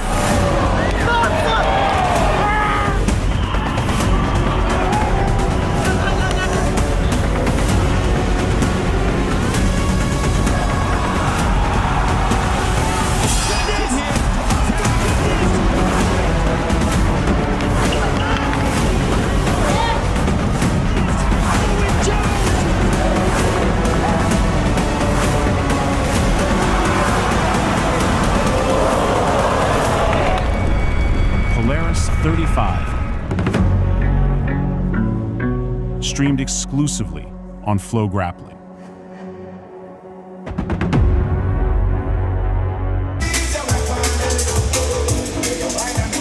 So we just want to take a moment to talk about the Polaris PSG that is happening on Sunday the 22nd of February. This is an amazing competition that Polaris have put together along with Pro Sport Grappling. It has two different parts, and the main goal of it is to try to provide jiu-jitsu competitors with a pathway to get onto the big shows and get some of that big show experience. So they have like an open tournament, which is open for adults and kids, gi and no gi, and split into weight divisions and belt divisions. And then they also have two contenders brackets going on at the same time. So anybody who wants to drop into these can get an opportunity to go onto the main card. On the 22nd show, they have the winner gets a chance to go for a title shot against Ethan Krenlensten, which is a huge opportunity and could catapult someone to like superstardom in the jiu-jitsu world. And the other contenders category is the welterweight one, and they will get a spot in the Grand Prix. So Vanessa, this is a really exciting competition for people to be involved in. Yeah, I'm really excited to see the results of this. I also like the idea that they're using the Grand Prix rule set, which I think personally is great. It's very exciting and one of the best rule sets out there. Yeah, so anybody who doesn't know, it's basically a single point for any position. It allows for very dynamic matches. The other cool thing about that is it gives people the opportunity to compete under the Polaris rule set and basically prep them for the big show.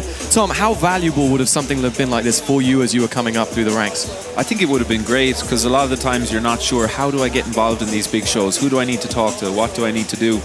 So this is a great transparent way that you can start to get into, obviously Polaris, one of the biggest pro shows in the world, and you get to go straight in at the top as well. So there should be a lot of people now, both established and up-and-comers, trying to take advantage of this opportunity coming up. Yeah, I think one of the cool things is that you can do both. So if you want to go in and do the open tournament and then jump into the contenders categories as well, you can do that if you want to and get that kind of experience at very, very high-level competition, which is awesome. So they're going to be running a number of these throughout the years. They've got one in Cardiff, one in Birmingham, and one in London as well. So sign up for them now at Smooth Comp. But let's roll over to our next match in the prelims.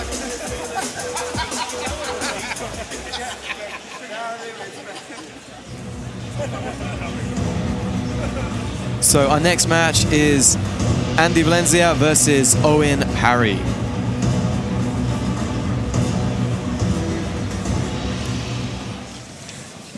And now let's welcome to the blue corner, Valenzia.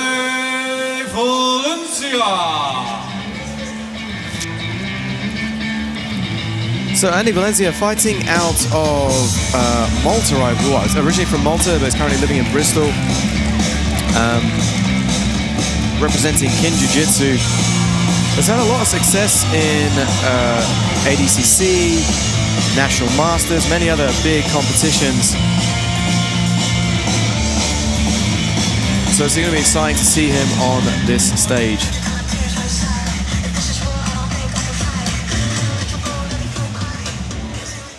And his opponent fighting out of the red corner, he is Owen Parry. So Owen Parry from Pontypool is a black belt, and the He's out of Parry Grappling Academy in Shore MMA. Been training for 15 years. So this is really a matchup of two veterans of Jiu-Jitsu.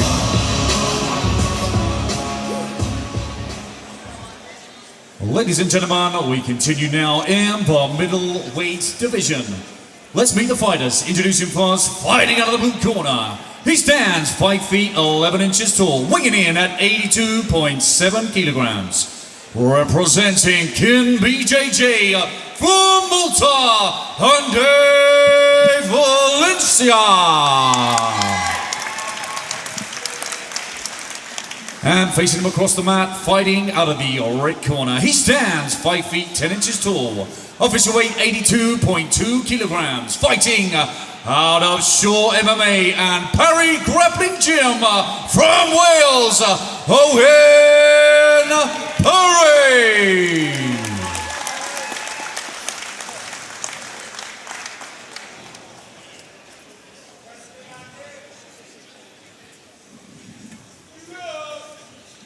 So this match is sponsored by Tatami, the world's largest jiu-jitsu brand, trusted by champions. So some of you might recognize Andy Valenzia. He's a veterinary surgeon, actually appears on TV with Fern Britain and Inside Vets. It's one of my favorite programs. You get ITV over in Ireland, Tom? Anyway, great job initially getting that pass, but good recovery from Andy. Great guard from Andy, and I was expecting more of a, let's say, a classic veteran-style matchup, who's looking to be on top and put the pressure. But Andy early on showing some great dexterity and guard attacks. Yeah, he's actually very flexible. I've seen him compete on Tanto a couple of times, and yeah, he's deceivingly quite flexible, actually, for his size. Yeah, I think the issue now is that the veterans are the people who were doing all of this stuff when they were, like, adults. He's nice and active from the close guard, which is good as well. Yeah, trying to kind of work in towards that flower sweep armbar combination. Coming in front of a plata. Yeah. Nice. Constant off balances from here. Yeah, it looked like he tried to back roll over the top as well. It's a good position from Andy. He's got that shoulder grip as well. And you can see Owen trying to stand up out of it, which he does successfully. The omoplata is a little bit more difficult to finish in the no-gi, obviously. A little less grip. Looks like he's going to go back to it again here. Yeah, he's using that kind of, it's not quite a rubber guard. Oh, now it's a very traditional rubber guard. He's keeping those hands of Owens to the floor very well. Yeah, Owen needs to try and get over this outside leg, especially when the legs are unlocked like this. Yep. Take your chance. Yeah, Andy pummeling in front of the neck again. Omoplata coming again. Yeah. Good job from Owen just ripping up out of it. But Andy's doing a great job of just connecting back into these techniques straight away and keeping Owen under pressure the whole time. He's not giving him a chance to work at all. And again, he goes into that kind of high guard position. Owen pulls one arm out, looks to duck under. Nice recovery again from Andy, though. Now, this is a good position for Owen. Like, he's managed to get chest to chest. You could see he was fed up with the close guard. Yeah. Just kept the knee up, tried to avoid it, at least settle for the half guard. Yeah, it's almost like he baited that triangle from Andy and then he used it to get a little bit tighter into position. Andy going into the lockdown almost. #1 most annoying position in the sport, I think. Yeah. A good job again from Owen. Windshield wiping over the top of the leg to free it up. But Andy doing a good job using that time to recover to his guard and then back into this. It's nice to see Owen adjusting a lot. Like, he's really monitoring that outside leg now a lot, not letting Andy get back to the close guard. Yeah, and that's the same thing that we saw before from the rubber guard, just stepping over the leg and passing through. Andy using the octopus position again. Yeah, and Owen managed to get past just for a little time, but Andy really demonstrating some good guard retention. Now in on the legs. Yeah, he's got a pretty good position. Needs to be careful of the knee bar. The hips are not quite in the right position. And now he's defending it well. Yeah. Needs to keep that leg through on the leg drag, take advantage of this. Yeah, unfortunately he loses it, and now we're back into the 50-50. Ankle lock coming here. Yeah, he's really trying to pressure away. As long as he can keep his weight on that foot, he should be okay. Yeah, Andy keeps throwing those legs in front. Looks like he's trying to almost go over the knee. But it's not really providing like extra extension into it. Nice disciplined defense here. It can be tempting sometimes to try and go counter leg lock. But then if you lose your balance, like here, Yeah, getting into that half guard. Andy was putting quite a lot of energy into that footlock position.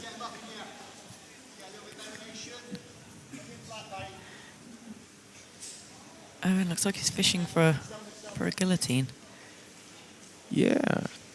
Maybe he's into a better position here. Kind of has the knee slide and pass towards north-south again. But great recovery from Andy.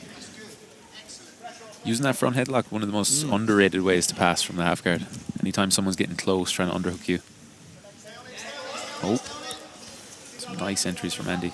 Good, using it to come up on top. Yeah, I mean, last 10 seconds as well, right? Really tactically strong, getting the sweep in the last 10 seconds. That's very old school tactical points jiu-jitsu.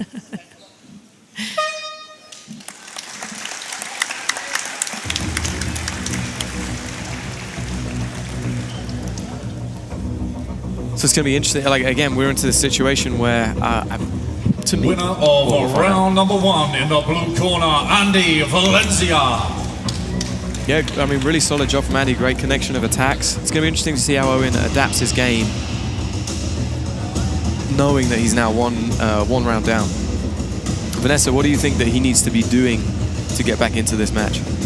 I think just using that top half guard position would be really good for him. If he actually kind of goes down on it and puts some pressure on,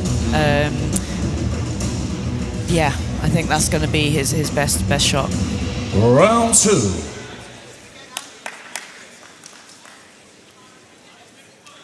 You could see Owen was starting to figure things out a bit more in the second half. Once he started avoiding the close guard, he definitely had a lot more success. Yeah. So keep an eye on him now, keeping at least one knee up to try and stop Andy from locking that. Yeah, it looks like he's trying to pin those feet in and then just kind of walk around to the side.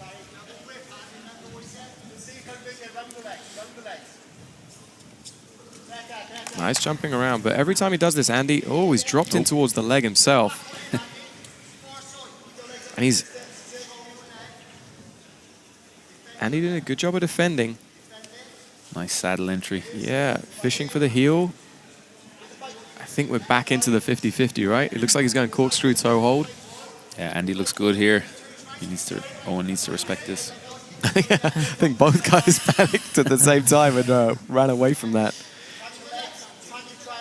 This is like very old school 50-50. One person being on the top, the other catching the heel. Yeah. Standing in the 50-50 as well. Very risky move. Like Ryan Hall back in 2007. You guys are showing your age tonight. I know. Just adding to the rich tapestry of jiu-jitsu. Oh, he has the heel here. Yeah. This is looking tight. Coming up on top again, both guys. Keep the grip a bit stronger. Owen threw that leg over for a second and Andy immediately pulled it back inside. You were seeing it quite a bit tonight, people getting a bite on the heel, but then the grip just isn't tight enough.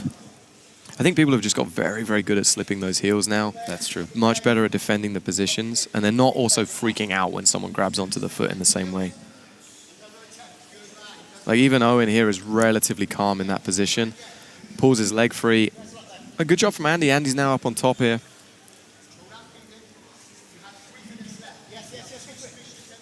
Looks like he's momentarily stepping back into the towards that leg again. Let's see Andy working on his passing a little bit, which he does. Oh, nice follow to the back.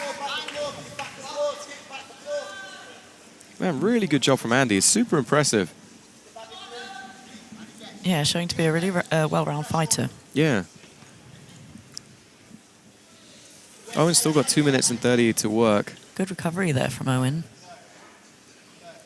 You can see Andy's favouring the leg locks a bit more. He's always keeping an eye out, even as Owen escapes. Yeah, I think backstep into a saddle or something. I think his coach was like, no. Don't drop back for that. And I think it's a good advice, right? He's past the guard again. You know, Owen was doing a good job of kind of, you know, trying to set up counter leg locks and stuff. Why go into that battle? Yeah. I think I thought he was going to attempt an arm lock then. But he seemed to want to go over to the mount. Nice control.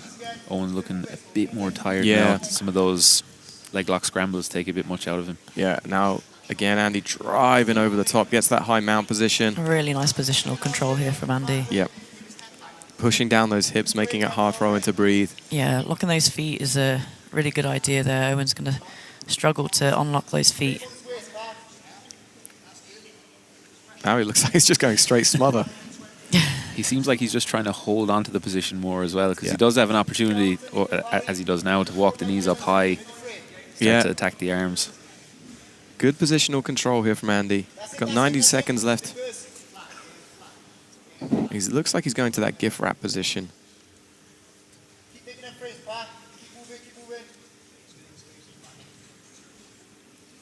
I think Owen just keeps kind of freeing up the hand, but now he's got it all the way through, sets up that figure 4 grip. Yeah, he'd be looking for the back from here. Yeah, you'd expect him to sit off towards the back. Here we go. Yeah. But doesn't want to force it at the same time. Owen's looking a bit slippy with his escapes at the moment. Yeah, he's just starting like nicely compact. I like the use of the smother to prevent that over the back grip. And he's sliding around to north-south again. Nice recovery again from Owen to get out of his guard. 35 seconds left. Oh, beautiful turnover.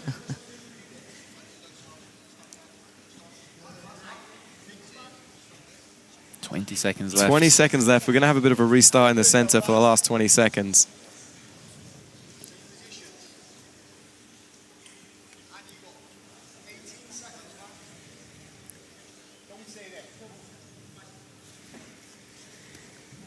Nice, Andy trying to jump over the back, but he's going to lose position, yeah. Owen dropped back on the foot. Yeah. Well, Andy's now dropping in towards the leg again. Very nice entry to finish Yeah, off. beautiful. Really good, solid jiu-jitsu. Really excellent work from Andy. Well-rounded from both men as well. We saw top, bottom, legs, dominant positions from both. Yeah, exactly. Really good match.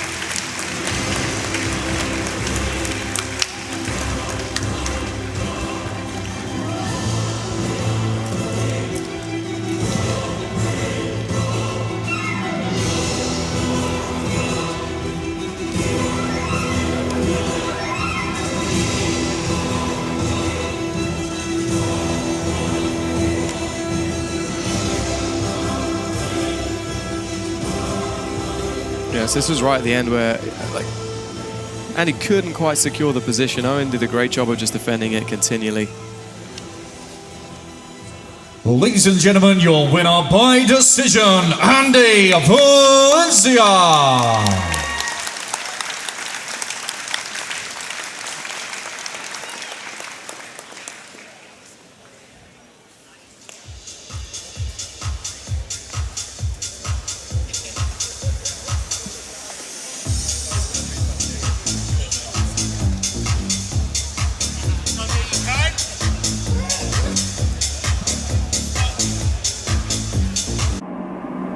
If you awaken from this illusion and you understand that black implies white, self implies other, life implies death, or shall I say, death implies life,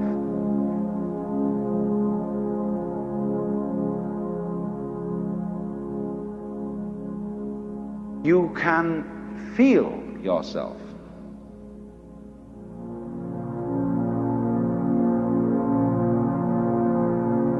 Not as a stranger in the world, not as something here on probation, not as something that has arrived here by fluke, but you can begin to feel your own existence as absolutely fundamental.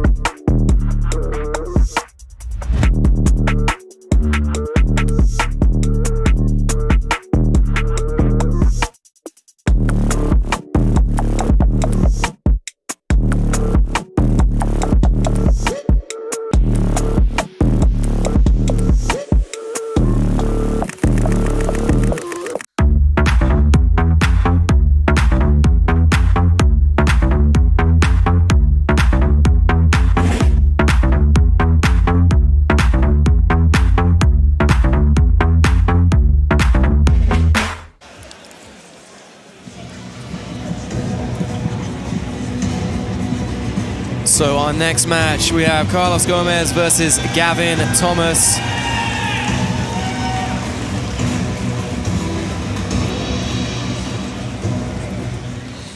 And now let's welcome to the blue corner, ladies and gentlemen, Carlos Gomes.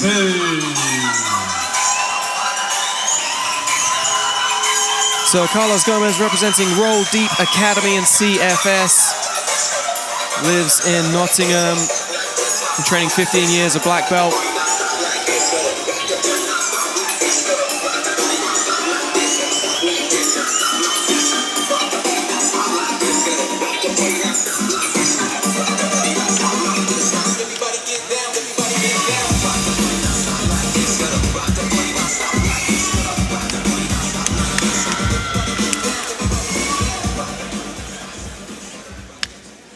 And his opponent this evening, fighting out of the red corner, please welcome Gavin Thomas. So Gavin Thomas, he's no stranger to this stage. He's competed on Polaris 3 times. But unfortunately, he hasn't picked up any wins. We'll be looking to change that today. From the Rhondda Valley and representing G7 BJJ.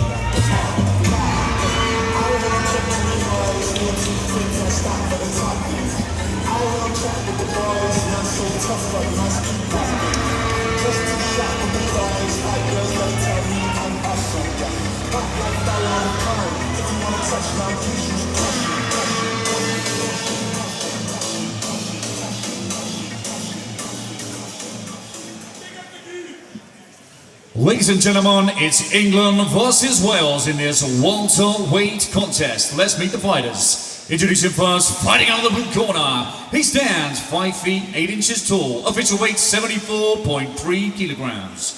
Representing CF's team and Roll Deep Academy from England, Carlos Gomes. And his opponent this evening in the red corner. He stands 5 feet 8 inches tall, weighing in at 74.8 kilograms. Fighting out of G7 BJJ Academy from Wales, Gavin Thomas.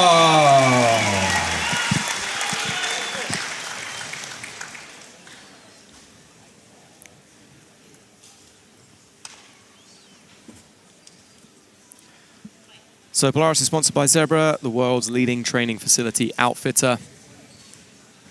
See, I left my excitement for the ad read there, Tom. Yeah. Beyond delighted that we have a gi match on.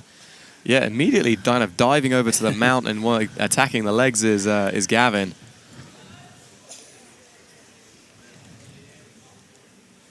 Carlos staying calm, trying to set up his grips. Yeah. We've had Carlos has visited our gym a couple of times, has a really good, strong lapel game, which he might start to use if he ends up on the bottom. Strong close guard there from Gavin. Yeah. Looking for the armbar. Yeah, just already. trying to classic old school armbar, right? Drag the arm across the body. You're all about the old school today. Everybody's about the old school. The old school's now the new school. It's true, it's coming back around. It seems like Gavin's using quite a bit of energy as well. He's putting a lot of intensity into all these grips. He has a big crowd here supporting him as well, so I wonder if that adds to it a little bit. Carlos doing a good job of making himself a little larger there, stopping the Delhi heaver from happening as well as any upper body controls. Slowly getting his knee over the bottom leg there, controlling that lapel, stopping the extension. Yeah, to me it seems like Carlos is really controlling the pace, right? He's slowed Gavin down. Yeah. Gavin came out very fast. Yeah, he's really negating Gavin's attacks. Yeah. Oh. Nice shot from Gavin, re-standing up.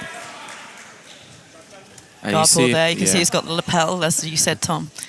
Switching off towards a bit of squid. Yeah, now he gets into his sequences.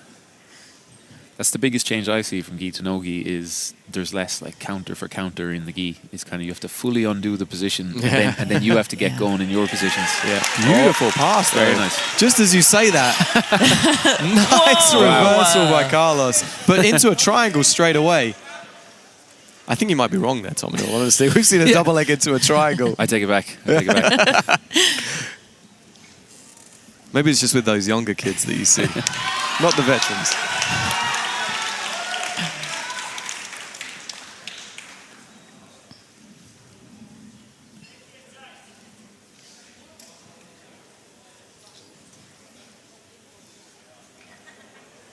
It's an interesting back and forth match. Like, close guard a lot more powerful in the gi as well, I think. Absolutely. yeah, it's not a, yeah, no one wants to get stuck in close guard.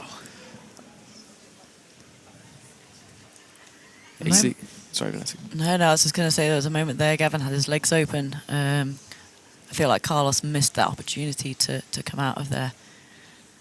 Yeah, I'm surprised that he didn't. Like, Gavin threw up a very, very loose armbar. You hear see Carlos really driving over the top and trying to put that pressure down. But again, good recovery from Gavin and choosing to re-stand up. Carlos reaching for this lapel again. Yeah, and now it looks like he's got that grip right on the end of the lapel. I'm liking the strategy from Gavin when he starts to feel a bit uncomfortable. He just resets, stand up, and now he's pulled back into his position. Yeah, I mean, again. this was a nice choice as well, because the lapel, if it got tied up again, is annoying, right? It can be challenging to get out of. So pulling guard kind of negates a lot of the stuff that Carlos could do with that grip. If you put some posture control now along with those armbar attempts, I think he'll have a bit more success. It's hard in isolation just to attack the arm. I think just Carlos is showing really strong posture when he's in these positions. Yeah, very solid defensively. Yeah.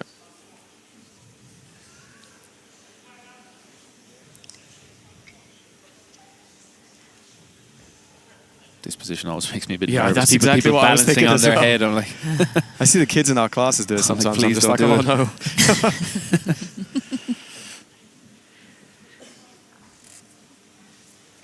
Now Nice. Carlos has the close guard open. Can he take advantage? Yeah, jumping over the top and looking to feed that lapel around the back. A really nice control there from the top half guard when you get that lapel underneath the armpit. I do enjoy that a lot. You can get a lot of pressure from there. Nice little sweep there from Gavin. Oh, Gavin just missed picking the ankle as well. That's a great little sequence from him. Oh, lapel drag. Oh. It's so hard to get an effective lapel drag if someone's already holding on to you. Yeah. Carlos reaching this lapel around underneath the armpit. Using that Bravo grip. Gavin's doing a great job, but it does seem like Carlos a little bit more efficient. I wonder if going into the next round, we'll see the result of that in a way. Yeah. Nice recovery, though, from Gavin. Getting back into his close guard again. I think sometimes the upper belt fights can really boil down to that, right? Who's a more efficient fighter and who's going to be able to handle the long matches and sustain the ability to continue fighting. Yeah. It's hard to find a submission at black belts. Yeah. Yeah. Yeah, I mean, the other thing is, like, Gavin has been on this stage multiple times. It's different being in this environment than in, like, you know... in the red corner, Gavin Thomas! So Gavin taking the first round there. Always squeeze the grips way harder in competition than you would in training. Yeah. For some reason. Yeah, I mean, that was that initial kind of jump over the top guard to mount type thing. But Gavin did a good job of, like, you know, negating the grips so Carlos is, getting almost past, and kind of controlling positions quite well. And I think he was the person who was more initiating a lot of the attacks. Definitely. A bit more intense as well. Looks good for the judges. He was just going for his attacks a bit more, insisting on them a bit more. Round 2.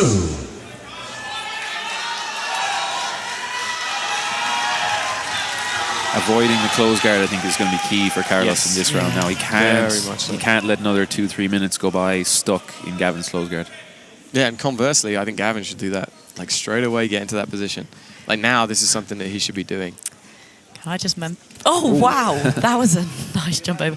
I just want to mention that the finger tape is the right colour. The finger tape is the right colour. Yes. Yeah. Oh, he got the submission. Wow.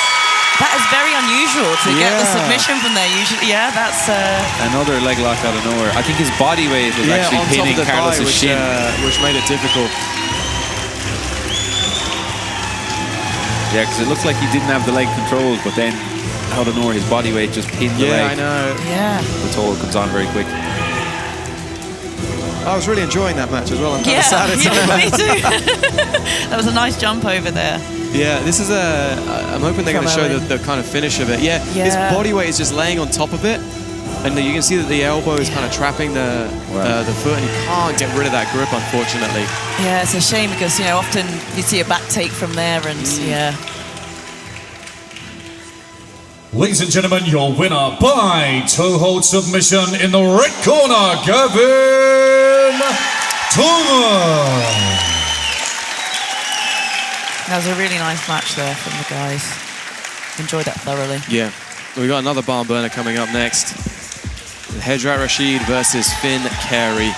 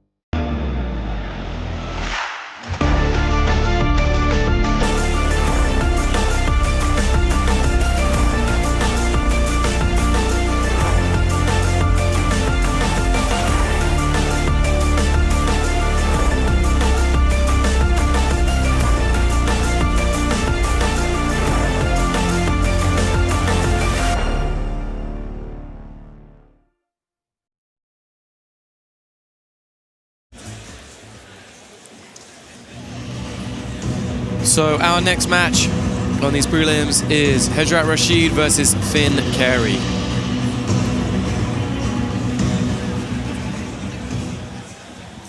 And now, fighting out of the root corner, please welcome Hejrat Rashid. So Hedge, 26 years old, but very accomplished grappler. Been training about 8 years, got his black belt quite recently. Won Nogi Europeans as both a brown and purple belt. We recently saw him on the squads event facing Team Europe. Had a really good run, some great matches.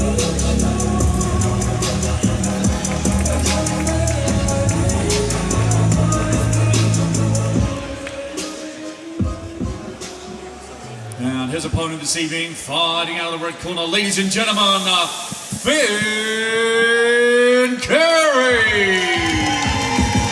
So Finn Carey from Newport in Wales, training 8 years, also a black belt.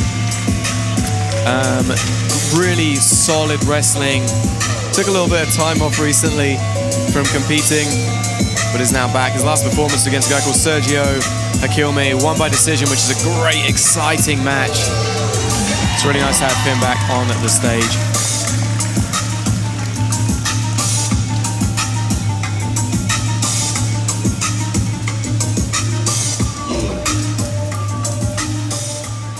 Lightweight action now, ladies and gentlemen. Let's meet the fighters. Introducing first, fighting out of the blue corner. He stands 5 feet 8 inches tall, weighing in at 70.2 kilograms, representing GB top team from Afghanistan, Hejrat USA. And his opponent this evening in the red corner. He stands 5 feet 6 inches tall, weighing in at 70 kilograms even. Fighting out of Amos Martial Arts Gym from Wales, Finn Carey.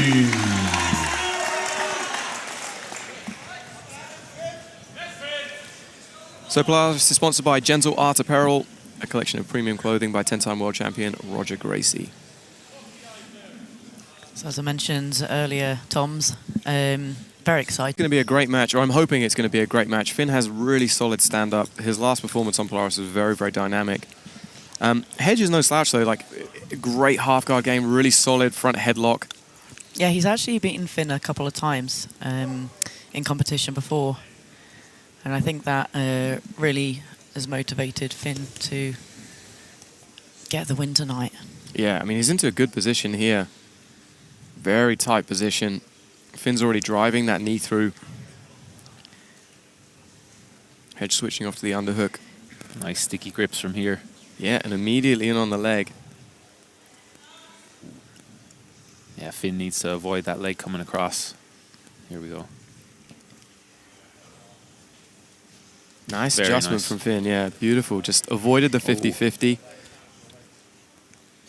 You can see he's putting the defense first as well. He's not going on the counter-attack before he defends.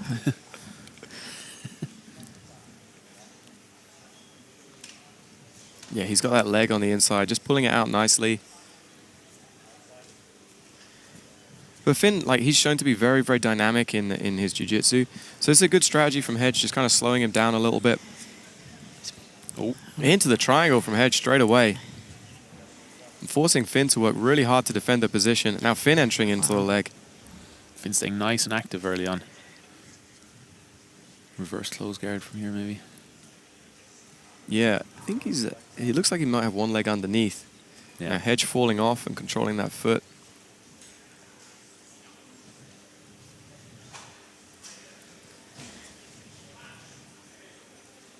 Hedge back in on the leg. Yeah, momentarily looking towards that short footlock position. Oh, good. Very good counter from Finn. See if he can catch the heel here. He has it. Oh. He was trying to get to that, what do you call it, double 50 position, right? Yeah. Where back heeling against the hip, locking out the hips. Hedge recognized it and kept moving and did a great job of defending against it. Again, just that last stage slightly lacking, just catching and holding onto the heel. The most important bit.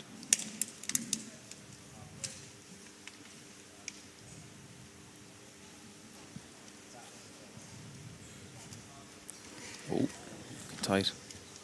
Yeah. Hedge using that to come up on top. A nice readjustment back to the center of the mat.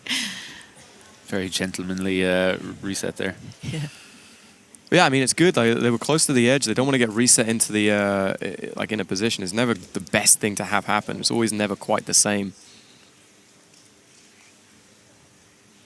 Nice intensity early on to the match as well. You can hear the crowd is trying to soak in what's happening. There's not much atmosphere that way coming from them. Yeah, Hedge did a great job of keeping Finn down on the ground and not letting him stand back up.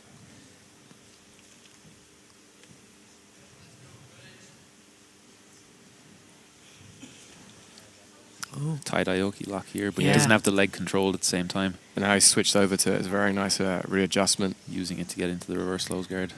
Yep. And now this is where if he can lock up the Aoki from here, it'll be very tight.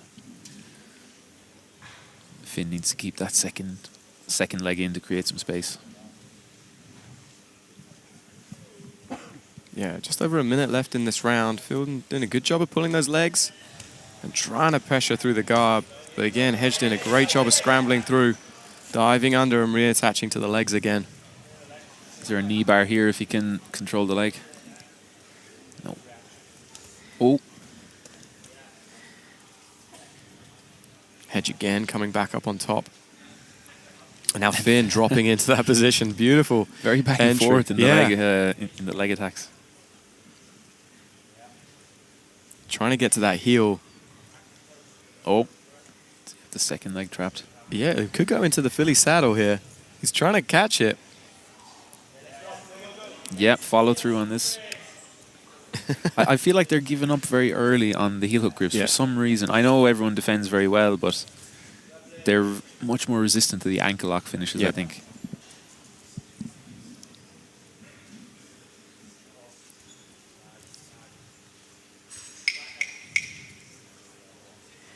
An interesting match, or interesting round, sorry.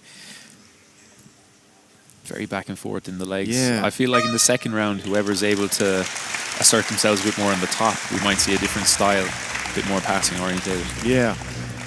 Ladies and gentlemen, your winner of round number 1 in the blue corner, Hedrat Rashi. Yeah, Hedge gets that first round. I think he did kind of the more in terms of the entries and whatnot, but it was super close, I think.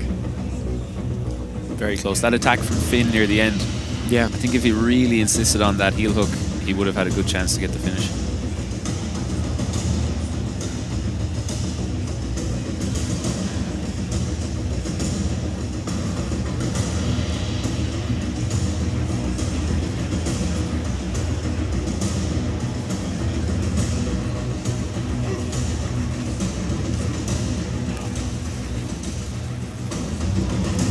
Round 2.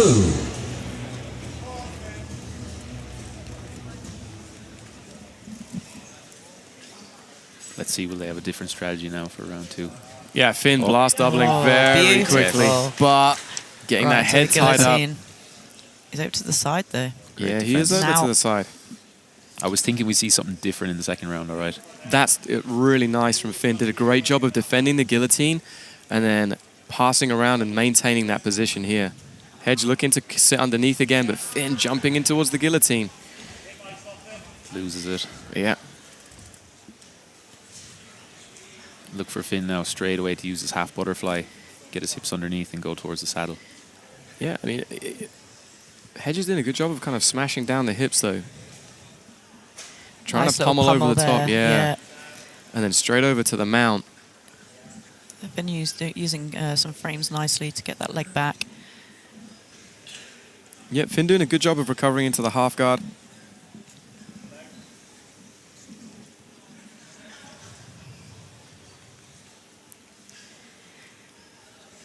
Finn trying to use that underhook. Sorry, Hedge trying to use that. Yeah, he's using that behind the back grip, which kind of compresses Finn in. Yeah, makes it hard for him to extend. Don't worry, I got you, Vanessa. Thanks, man. Very nice entry from Finn. Yeah, again, jumping in there. He's done a good job to kind of reverse the position. And back up on top. Yeah. Can he get his passing going now? We've seen a lot of outside connecting to these duck under style passes. Yeah. But Hedge is defending them well. Yeah, Hedge trying to like straighten that arm out and then dropping in towards the leg and we get the reverse. I'm not sure he's gone into reverse close guard or whether he's... Oh no, Finn's pinning the ankle, which is kind of helping him stay relatively free from this position. Now he's looking for the 50-50. Finn on the counter. Yeah.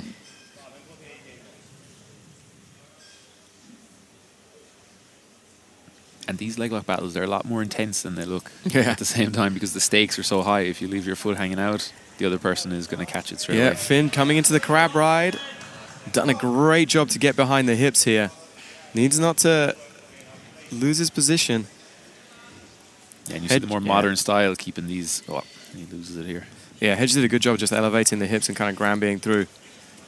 But it does seem to me like Finn is kind of taking over a little bit. He's starting to turn up the pace. Yeah, he's turning up the pace a little bit. Hedge is not quite as able to recover into the good positions like he was. Nice insert, that hook from Finn. That was beautiful. Going straight to the rear naked choke from here as well. Yeah. I like to see this. Finn ended up in that stacked position right at the end of the first round, and I feel like if he would have stayed there a little while longer, perhaps we'd have seen him finish. But yeah, he's trying to dig it underneath.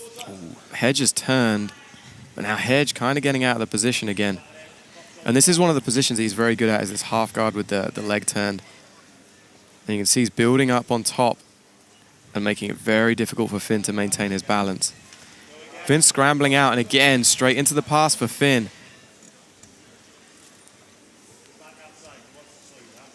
And Hedge not quite as quick to attack that leg, right? Like he's trying to get to a position he can kind of hold and slow down Finn's pace a little bit. Yeah, Finn is having good success turning up the pace here. Yeah. It's a nice combination using that outside passing and then going to the stack. The double under stack. Yeah, I like it. And like again, he's forced the turtle from Hedge, stepping over for the armbar. And now he's into the Tarika platter. Yeah, Tarika platter. And he's getting it as well, it looks like. Hedge just managed to get a leg in there. Every time he's got him to the turtle, he's had a different strategy. Yeah. Now he's still working on it though.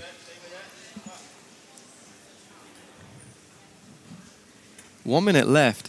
Some nice hip movement. Yeah. But again, this is all Finn that we're talking about right now. Yeah. Hedge is defending, like trying to keep his limbs relatively safe. Good tactical decision from Finn, lock down that close guard. And then he can just start working on the neck.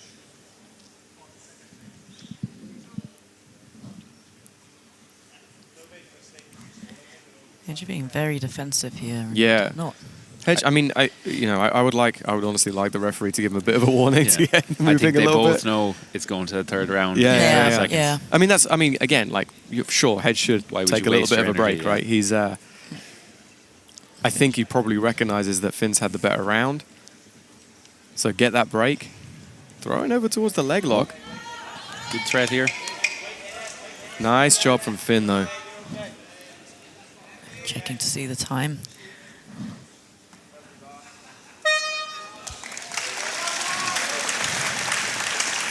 Yeah, I'm pretty sure we're going to see a third round. Ladies and but this could be the gentlemen, curse of the your commentator. winner of round number And 2 we in could the just- red corner, Finn Carey.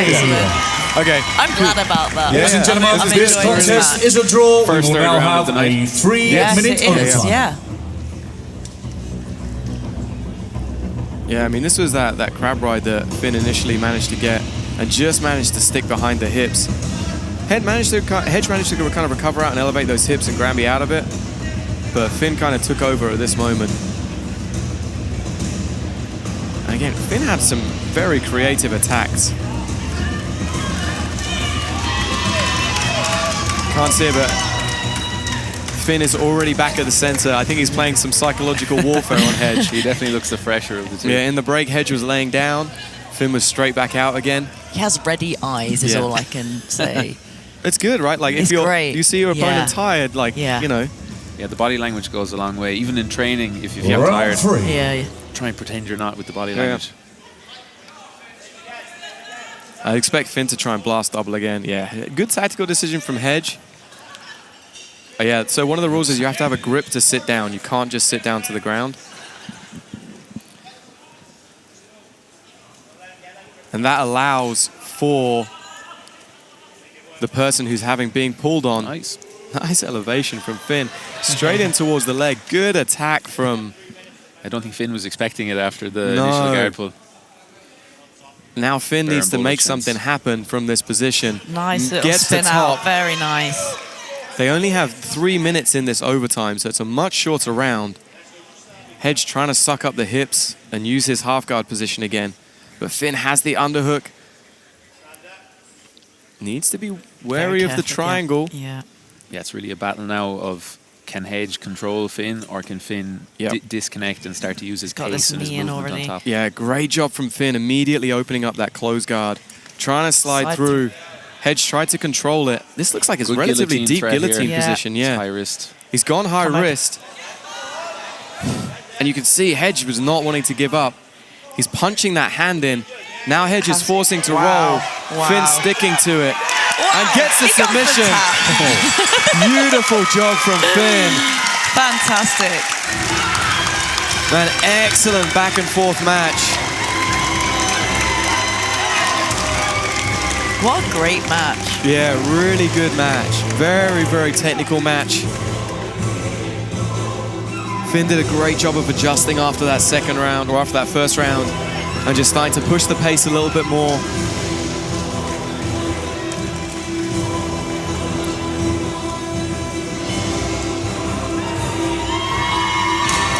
So, yeah, I mean, Hedge did a great job coming out, shooting that single, even getting Finn to the ground. Like, Finn tried to dive underneath, but then when Finn gets on top and then snatches this front headlock. This last round was so intense. It was very intense. You see Finn punching that grip in. Rolls with it very well so that Hedge can't escape. and then gets the submission. Very nice. Ladies and gentlemen, your winner by guillotine submission in the red corner, Finn Parry. I think that's 4 consecutive wins there for Finn on Polaris. Yeah, he's on a roll, man. He's doing so well. And his matches are always really entertaining to watch.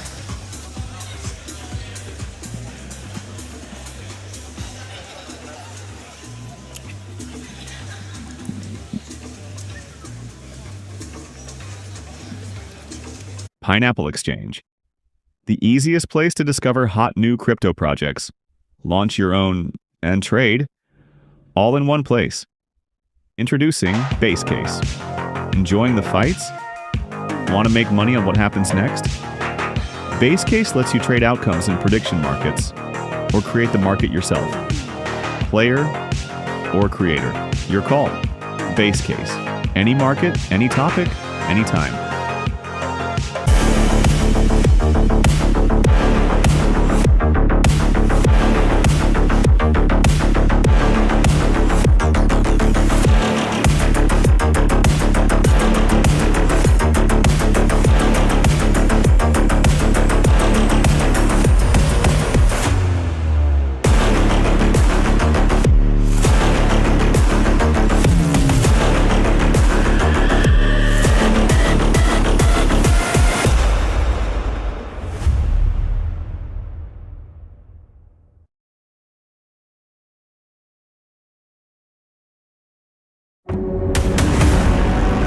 For the first time ever, 2 titans of professional grappling collide. Polaris All Stars versus Who's Number 1.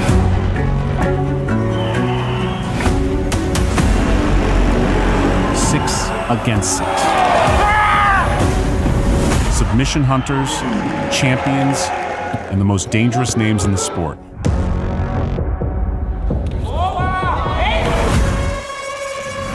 A battle to decide which organization stands above the rest.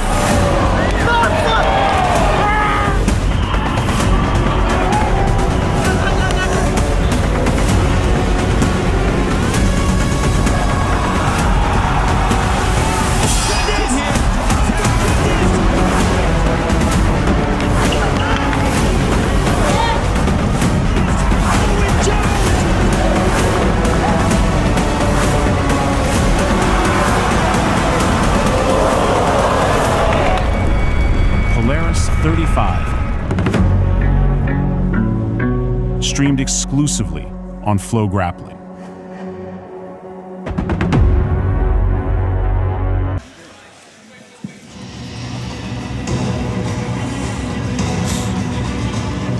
So our next match is Austin Senos versus Carson Coles.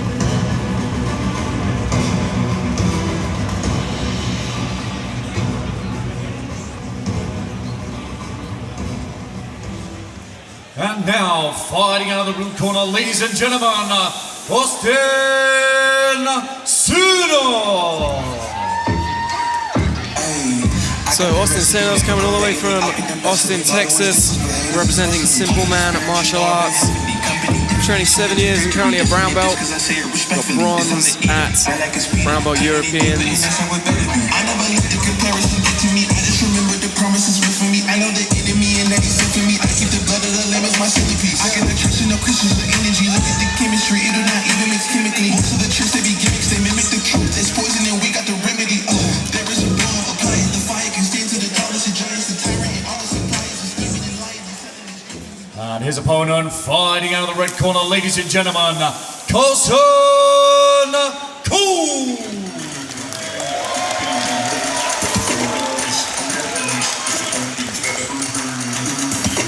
So Carson Coles, just 23 years old, training 12 years already. This is his 5th appearance on Polaris. Currently 3-2.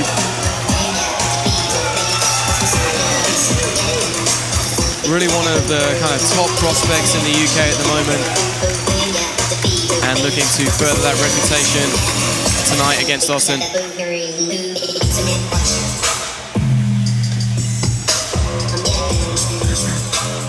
Ladies and gentlemen, Polaris 35 presents 2 5-minute rounds in the middleweight division.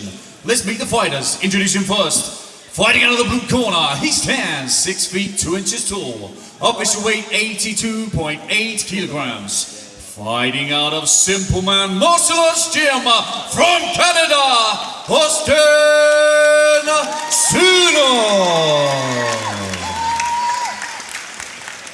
And facing him across the mat in the red corner, he stands 6 feet 1 inches tall, weighing in at 84.3 kilograms. He represents Roger Gracie Bristol and Black and White Elite Team from the United Kingdom, Carson.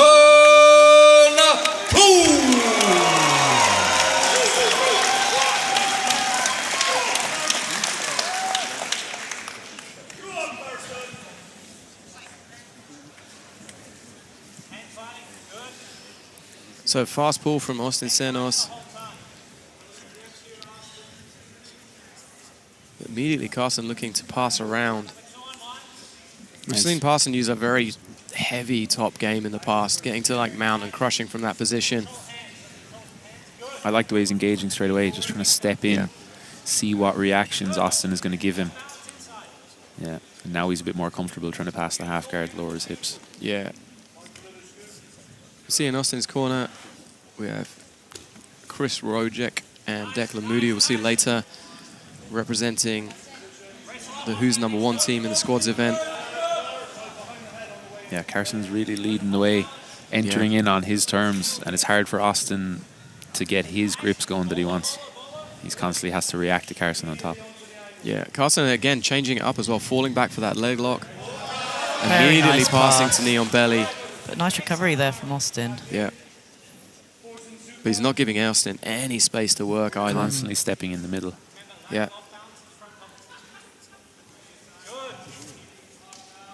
Very tiring for Austin on the bottom as well. He's constantly defending, whether it's pushing away, pummeling the legs. Yeah, he's also getting caught in like a half sit-up position where he's neither flat on his back or sat up fully. And Carson's using that as the time to enter to the guard. Yeah, he needs to find a way to figure this out quick before he starts to use too much energy. Yeah, now Carson's sitting on towards the front headlock position, stepping out beautifully, and then dropping back in.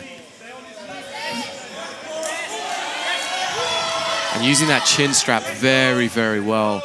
If you've never been caught in a chin strap, it is just a miserable position where you're being kind of half choked and half neck cranked all at the same Really time. nice transition to mount there from Carson. You see it coming. Work.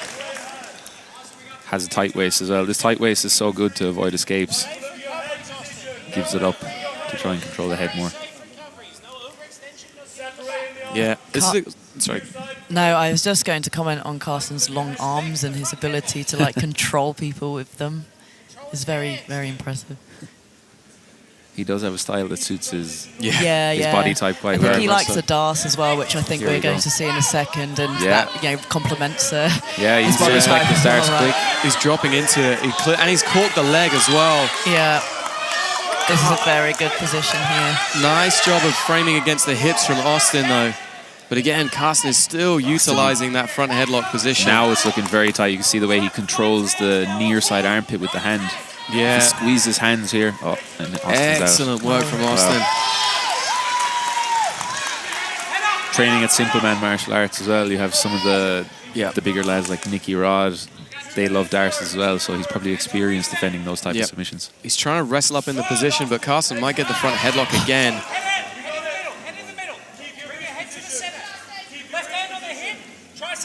He's trying to, it looks like shuck the arm free, but Carson just sticking to him so well.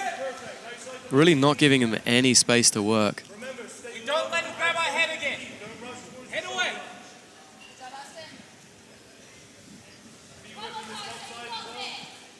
But Carson using that over the back grip, pulling the head in.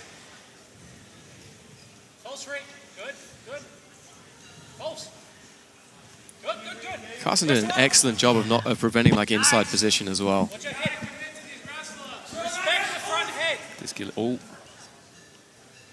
unlucky because that guillotine looks on. Yeah. You can see he's reaching through the arm, holding his own Yeah, elbow. absolutely. He's got Keep the choking arm nice and deep. I I wonder will saw they this once reset it. referred to as a shield grip. Nice. Yeah. Yeah, look, he has it now. Yeah. It's a good position because he can switch off to either side, pummel in for the grip. And the nice thing about this front headlock knee slide connection is that as he falls back, he's immediately into it. Once again, stepping in, keeping Aston reacting. Yeah, and again on that front headlock, getting that chin strap.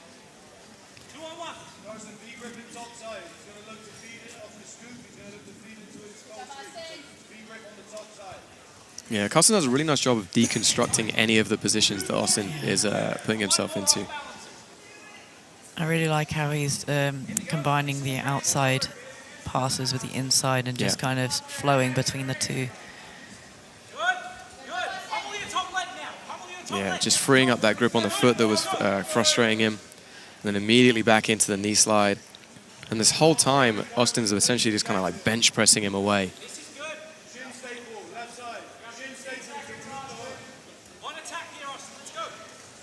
Only 10 seconds left. Interesting choice from Carson to fall back. And immediately, excellent defense in the bowler as well by Carson. Just changing the hip line.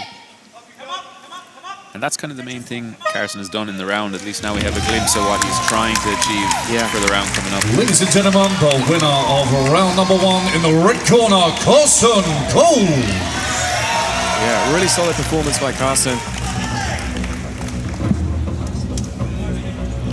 This is like that jumping knee slide. He almost got past in this position, but I think Aston managed to recover out quite well. High-legged over the top. And Carson did this great job of slowly working his way through, and that DAS was tight. Very tight. Yeah, and trapping that leg was very nice. Allowed him to crunch the chin forwards and put pressure down on the back of the neck.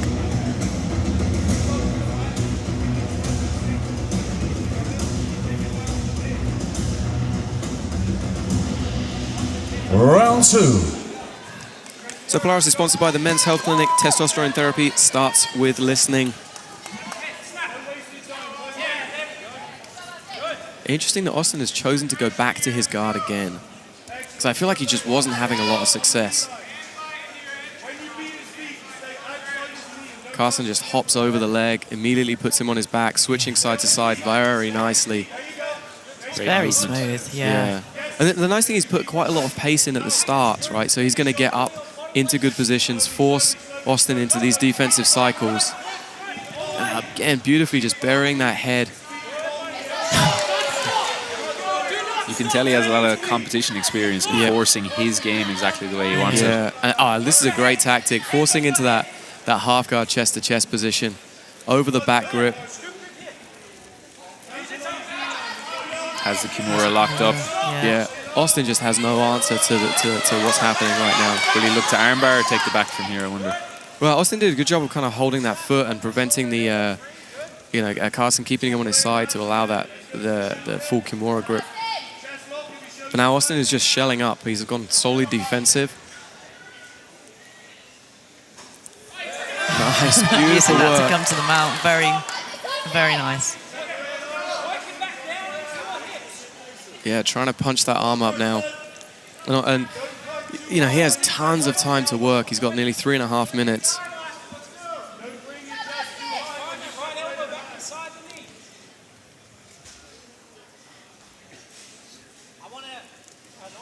Yeah, Aston really just trying to defend the position now. Yeah. It can be hard to open someone up when they're not trying to escape as much. Yeah, I mean, it's a really nice adjustment from Carson. Like, Aston was rolling onto his side. He switched back to the knee on belly, pinned those hips again, and then starts to work opening up the frames, all whilst maintaining that top position rather than just continually holding the mount and potentially allowing the escape from Aston. Does Aston want to take some risks from here, change up the strategy? Yeah. This is more like it now. From This is the best position. He's in on the foot.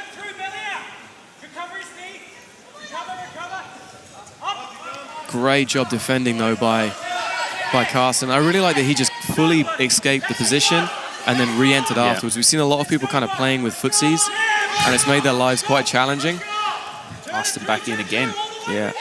This is going to give Aston some confidence.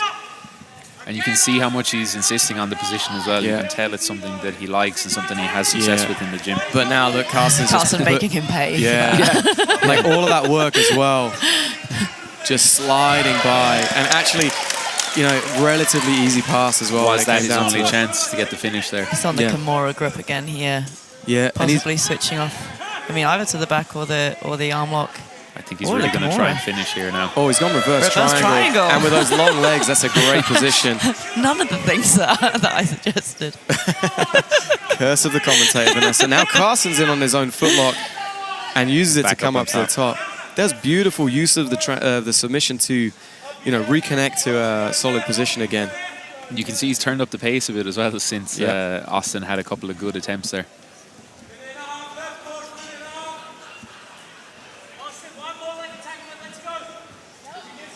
Carson, it looks like he's going back on that front headlock again.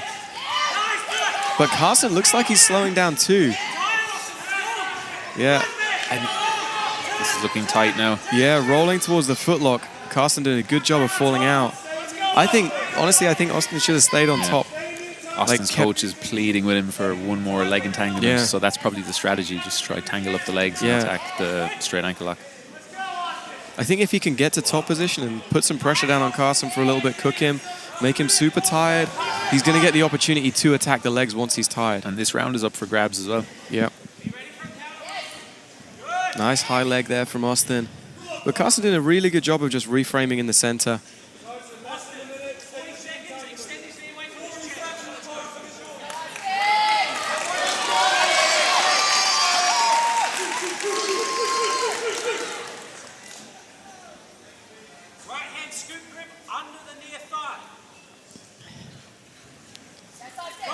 Nice, Aston dropping back on the leg again. This is looking tight now, belly down. Yeah, Carson's done a good job of clearing the hip though. See, Aston extracts it to avoid him getting closer to the back. Carson just spinning around really nicely. Very calm defense. Yeah. Doing a great job of keeping his weight and his head over the foot that's being attacked. Yeah, manages to completely pull his foot free. Now he's on an steamer lock almost. Not necessarily the right position. I think he's just trying to make Aston let go of his foot. Yeah. This is interesting because... This looks tight. Oh, is that heel going to slip through? Oh, really this looks on. I thought that Maybe was a not. tap for just a second, yeah. Did that seal him the match? Well, yeah. I mean, that's good. Yeah, a really interesting second round. Some good adjustments there in the second round as well. Nice that it wasn't a repeat of the first round again. Yeah, very much so. It's going to be interesting to see how the judges call this, because it may go to a third round. You know, this was a beautiful mount, using that kind of Americana position to get up to the high mount. But then Aston in the second half of the match really came back, put Carson under a lot of pressure. Carson had his own good sequences though, even in those moments. It just took him a while to find his momentum, but once he got a couple of good attacks off, Aston then got a bit more confidence and did much better in the second round. Ladies and gentlemen, your winner by decision in the red corner, Carson. So yeah, I think great performance by Carson overall. Really managed to implement his game, get to some really solid positions.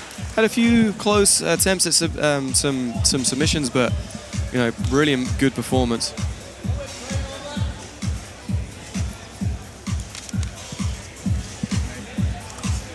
So coming up next, we have our main event of the prelim, the Battle of the Shanes. Shane Curtis versus Shane Price. Make sure you stick around for that one. It's going to be a great fun match.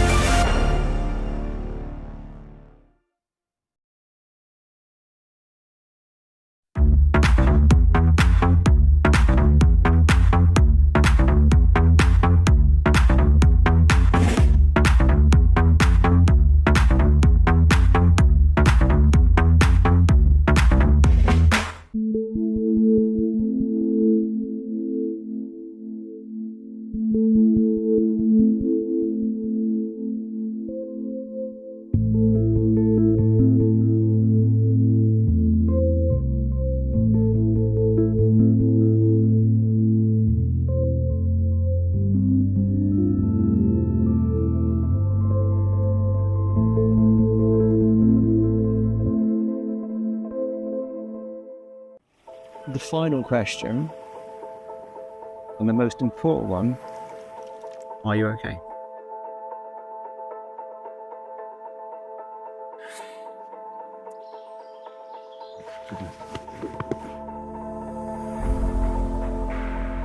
Yeah, I'm okay. The journey's been amazing. I can't even explain that feeling. I felt human again. Yeah, I am. Right now, yeah, I'm in a good place. I'm in a really good place right now. I'm a million miles better than I ever have been. Yes. Yeah. Thank you. Good man, stand up. It was you, boy.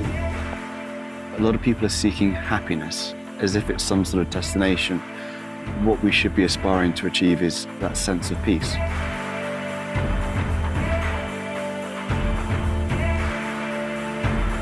One day at a time.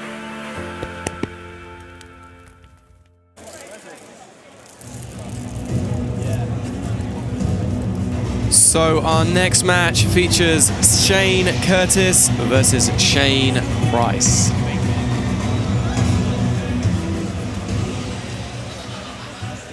And now, ladies and gentlemen, let's welcome to the blue corner, Shane Curtis. So Shane Curtis, 31 years old, representing Nottingham MMA. We've seen him numerous times on Polaris, including even in a gi match as well, which he's not necessarily known for. Really interesting, unique style of jiu-jitsu, very unorthodox, known for the goth lock position. It's going to be really interesting to see how his style goes up against the more traditional style, very top-heavy pressure of Shane Price.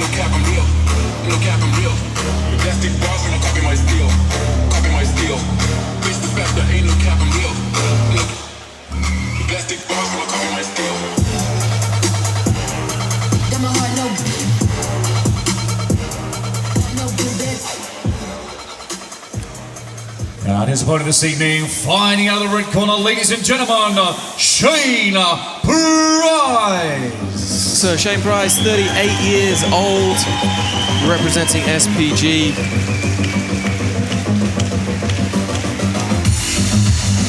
He had that insane takedown battle with Christian Ozbek, where there was throws for 10 minutes. He's also competed one of the last couple of matches via leg lock. So very well-rounded competitor.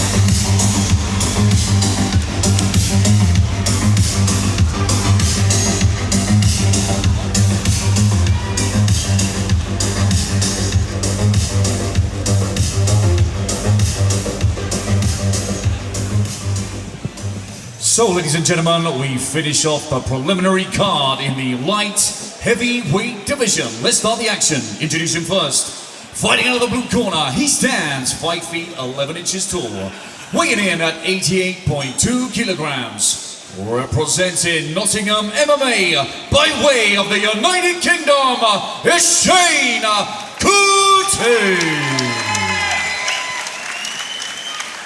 And his opponent this evening in the red corner, he stands 5 feet 10 inches tall, official weight 88 kilograms even. Representing SPG Martial Arts Gym from Wales, Shane Price.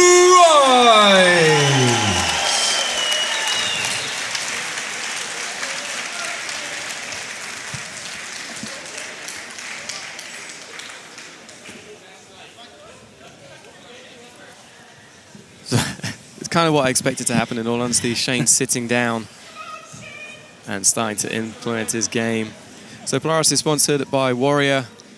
Low sugar, high protein, ridiculous tasty. Try Warrior Crunch Protein today.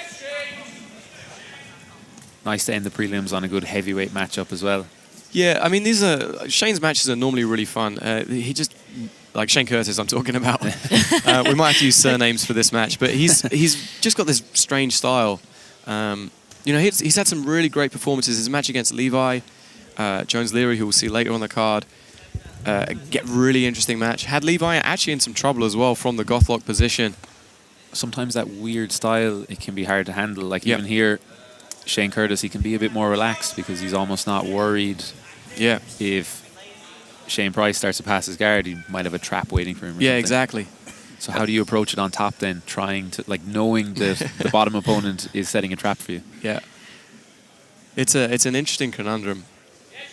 And it's always that thing as well, like Shane has used his positions, you know, countless times. Shane Curtis has used his position countless times, whereas Shane Price, it might be the first time that he's experiencing being in, you know, one of Curtis's weird positions.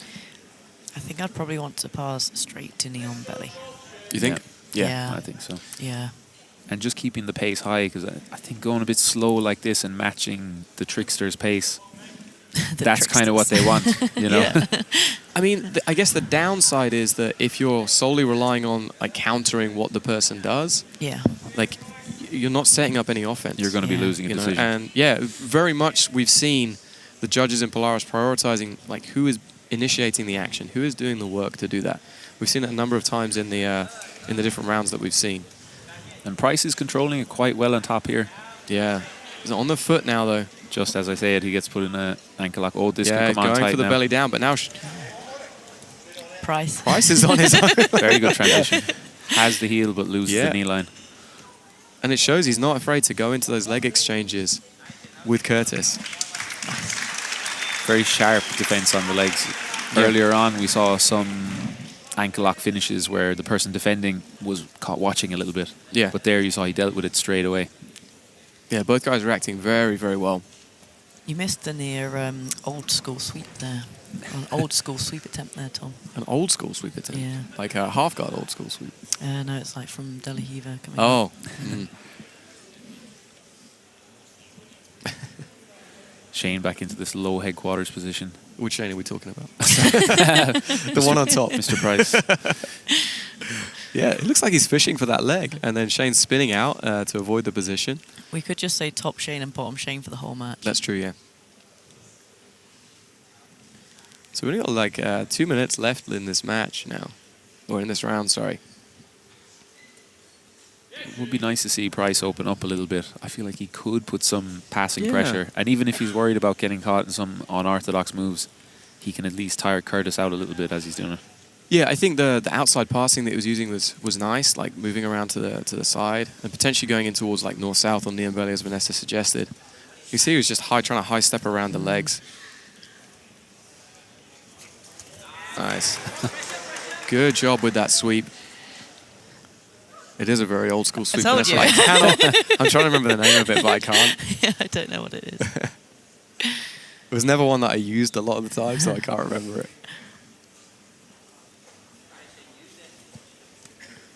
Curtis is struggling to off-balance Price, I think. It can be hard to get some attacks going from here if you can't get the person on top Exactly. off-balance. Shane Price has shown that he is very, very solid up on top, has great posture.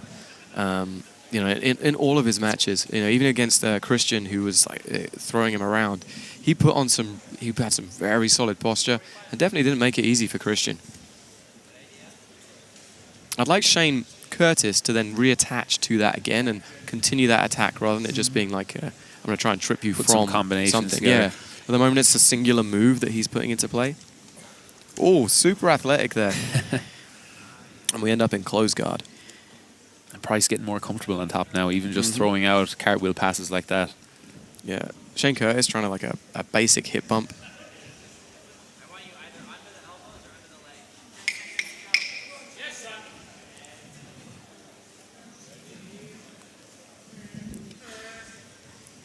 Quite a difficult round to judge, but as you say, Shane Curtis really has had the majority of the pace, right? He's I setting think the pace. He attempted those a couple of you know, the sweeps out of the De La Hiva.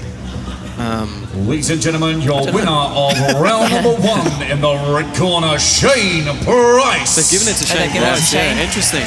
I can see that, just asserting the top position a lot more. Yeah, absolutely. He was initiating the passing. You know, he did attack some leg locks as well. Even this counter leg lock here. He wasn't the closest, but he got a good bite on the heel. That was a nice, really nice little attack. Some nice attempts, but Curtis definitely needs to off-balance a little bit more in the second round. I think it's that second attack that he needs to have in place. With Shane Price, I think, continue playing the same game, right? If you know that Shane Curtis has to push the pace a little bit more now, and potentially that might allow you to capitalize on a mistake. I know Shane Curtis has been working a lot on his wrestling as well, so it'd be nice if we can see some of that too. Already a change of strategy going into the second round. Instead of pulling guard, he's testing out the stand-up a little bit. Yeah. I think after watching Shane Price's match with Christian Osbeck, though, he might be a little bit hesitant, and here he's at the bottom. I mean, there's a kind of a difference between, getting into wrestling and having done it for a very long time, right? Yeah. And there you see, he was trying to do like a wrist whip, but Shane Price was just too strong. And then we find ourselves back in this position.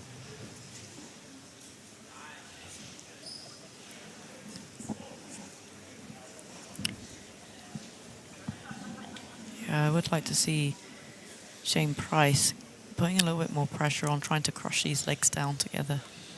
Yeah. He seems to be going in kind of little bursts. Like he does a little bit of activity, then gets back to headquarters and settles a little bit.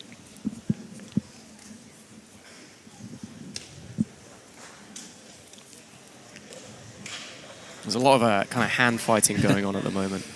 Like Shane Price is really trying to force that hand, it looks like, into the center of the body to pin it a little bit. He doesn't have any grip on his leg. I'm surprised that Shane Price doesn't start moving around a little bit more, as you were saying. I wouldn't be surprised if Shane Price has like watched a lot of Shane Curtis's matches and looked at the entries that he's using. Because I think there's an entry that Shane Curtis uses from that shin across position where he reaches around the head and tries to grab the lat to start entering into some of his attacks from there. That's one of the reasons a lot of competitors, funny enough, don't really study that much tape. You don't want to psych yourself out with your opponent's best moves. Yeah, true. If I keep worrying about, let's say, an E-bar, for instance, I just might end up getting E-barred. Yeah, you see he's trying to set it up here, right? Okay. But the opposite is also true. If you don't know what the person's going to do, like there's been many matches. I used to watch my opponents quite frequently, and I'd know what they were going to try and attempt to do, and it allowed me to almost preempt that. I think I've been caught out by both. Yes. Yeah, you definitely can psych yourself out, right? Yeah. I guess ideally you would do it and you wouldn't get psyched out. Yes. Yeah. At the same time, though, don't think of an elephant. Yeah. You just thought of an elephant. Yeah, but I thought of a blue elephant. I thought of not Nelly. What's the one with all the patches? No, you don't know that one? Okay. Curtis now back up. He really needs to change strategy going into the last 2 minutes. Yeah, I think Shane Price needs to initiate a few more attacks at the moment. He's been kind of too passive. Like, yes, he won the last round, but if you don't do anything in this round, you're going into a third. This round is really up for grabs. Yeah, it very much is, right? He's got that 2-on-1 grip. I think the elephant is called Elmo, by the way. Yes, you're right, yeah. Yeah. Like here we have, I think the referee is just giving him a warning and they're not doing anything. Elma. It's Elma. Yeah. Nice. I'm not up to date on my elephant lore. No, my daughter reads it in school, I think. Nice. I've seen Shane Price use some really nice single legs, so I'd like to see him trying to set something up like that. Curtis opening up a little bit more, but again, Price is just a bit too solid so far. I think it's hard for him to get any off balances and attacks going. Yeah, but I mean, Price hasn't really done anything. He's going for a 2-on-1 grip, then not utilizing that 2-on-1 grip. Shane Curtis is trying to strip the grip, but then, not really able to get anything else out afterwards. Like, I think to negate some of these, this kind of grip fighting, Shane Curtis could just sit down. Nice. Now he needs to follow that up, Shane Curtis could just sit down and then immediately transition into the wrestler. Exactly, Because then you don't have to worry about the head height. Start to use the seated guard. Yeah. And that's the risk of going for those, let's say, inferior position attacks late in the match. You're giving your opponent position on you. If you don't get a solid attempt off it, you're kind of giving points to him nearly. Yeah, I mean, I think Shane Curtis should really open up way more than he's doing. Like, start shooting for like doubles, whatever it is, just to really stamp this. There you go. It's a much better entry, but then he needs to continue with that as well. force the wrestling a bit more. 20 seconds left, and you feel like this could be the round. Yeah. If someone pulls off something nice in this last 20 seconds, they could take this round.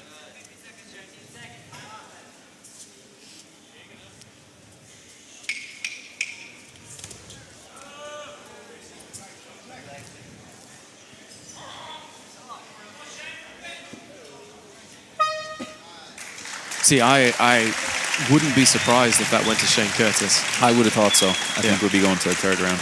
Yeah.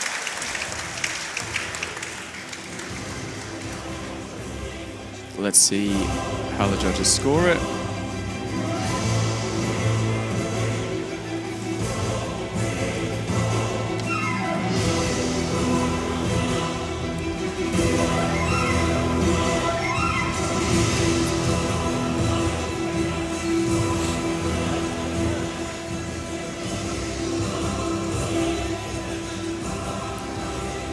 So this was Shane Price trying to jump over those legs, and again that little attempt at the De La Riva sweep from Shane Curtis was probably one of the most significant moves of the match. Was that that foot sweep, or that round certainly.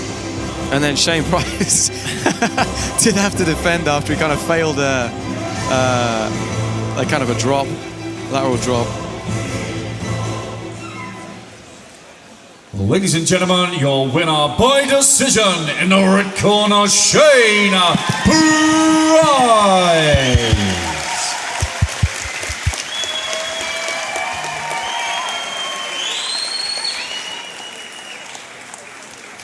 Ladies and gentlemen, that concludes our prelim card. We will return with our main card, Polaris 35 squads at 7 p.m. live from Wales and exclusive on Flow Grappling. So Shane, great match. Is that what you're expecting to happen? Yeah. I've seen him like blocking everyone to the left. He lets you, well, I think he lets you pass. And then he's got that good old goth lock. Yeah. But I think the Jedi win today. Yeah, did you study a lot of his footage before? That's what we thought on comms, that you'd kind of seen some of his game and you were really thinking about how to counter it. Yeah. That's what I've done the last 3 now. Really focus on the game plan. Nice. And stick with it. I mean, it works really, really well. Is there anybody that you'd like to compete again on the next Polaris? There's a number of shows coming up this year. They'll probably say it. Who do you want Shane to compete against? One more time, but louder. Who do you want to compete against? The main card someone. Main card someone, perfect. Amazing job, congratulations. See you again soon.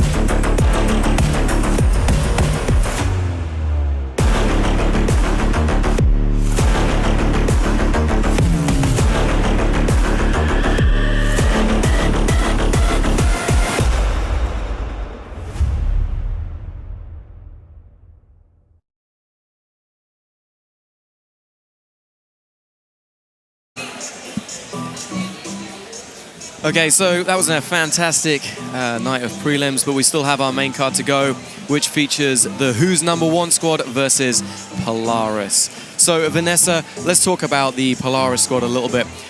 We've seen these guys a number of times on representing Team Europe predominantly. Who are you excited from this team to see? I mean, as normal, I'm excited to see everyone. I'm excited to see Mayram McKinney. You know, out of the smaller grapplers. Well, a lot of the smaller grapplers are very leg lock heavy. I think he's got quite a well-rounded game. With the heavier players, I think it's going to be quite interesting because with a lot of the smaller players being very leg lock heavy, we've got a lot of sort of positional dominance fighters, certainly on team Who's Number One. So I think that's going to be a nice mix-up. And yeah, it's going to be great, I think. Yeah, and what's the kind of one match that you would really hope to see out of all of these guys go against each other? I would like to see, actually I'd like to see Declan Moody and Owen or Flanagan. I don't think they've fought before. I think that'd be a pretty cool matchup. Yeah, Tom, so Who's Number One? Again, they put together a really, really strong squad. How do you see them going up against Team Polaris? I think the teams are really well matched. You see a lot of people on both teams. They're quite well rounded. There's not as many specialists, let's say, but I think the Who's Number One team in particular, they're a bit more well rounded, whereas Team Polaris might have a bit of an edge with the submissions then. Yeah, absolutely. And again, is there any single match that you would really hope to see that happen? I'd like to see Lucas Cannard going up against Chris Wojcik at some stage. I think that would be a really creative one. Both those guys, every time they come to the competition, they have some new things to show. And I think that would be a nice clash of styles to see who's the more creative grappler in the end. Of course, that'd be a rematch as well from their time at CGI, so I know they'd be like to run that one back for sure. And then on top of that, we also have two really exciting super fights.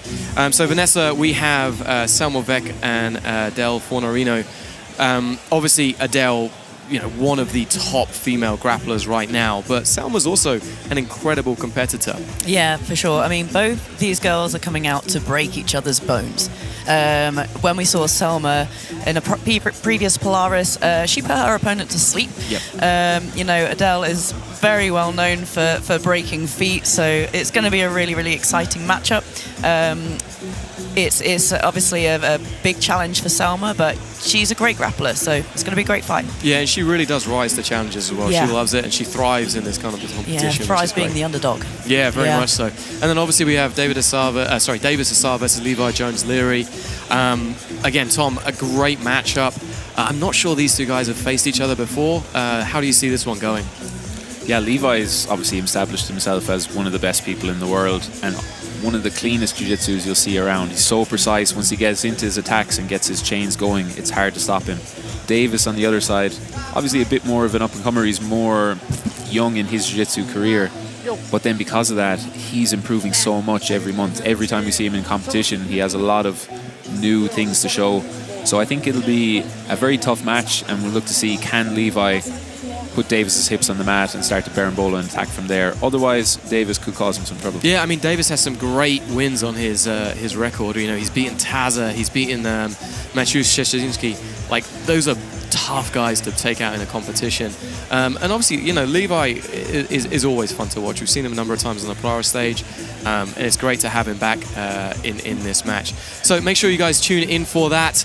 Coming live from Evervale, we'll be kicking it off at around about 7 o'clock on Flow Grappling.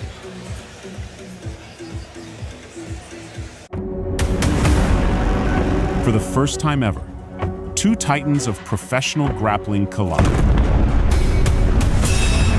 Polaris All Stars versus Who's Number One.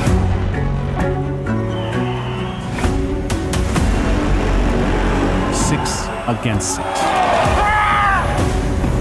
Submission hunters, champions, and the most dangerous names in the sport.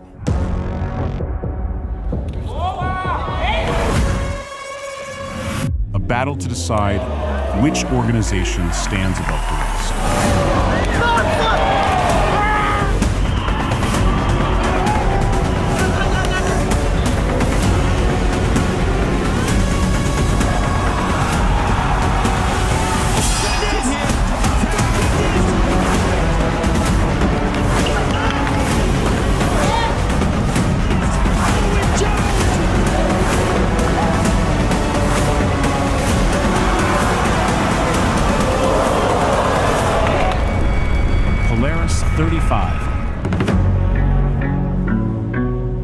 exclusively on Flow Grappling.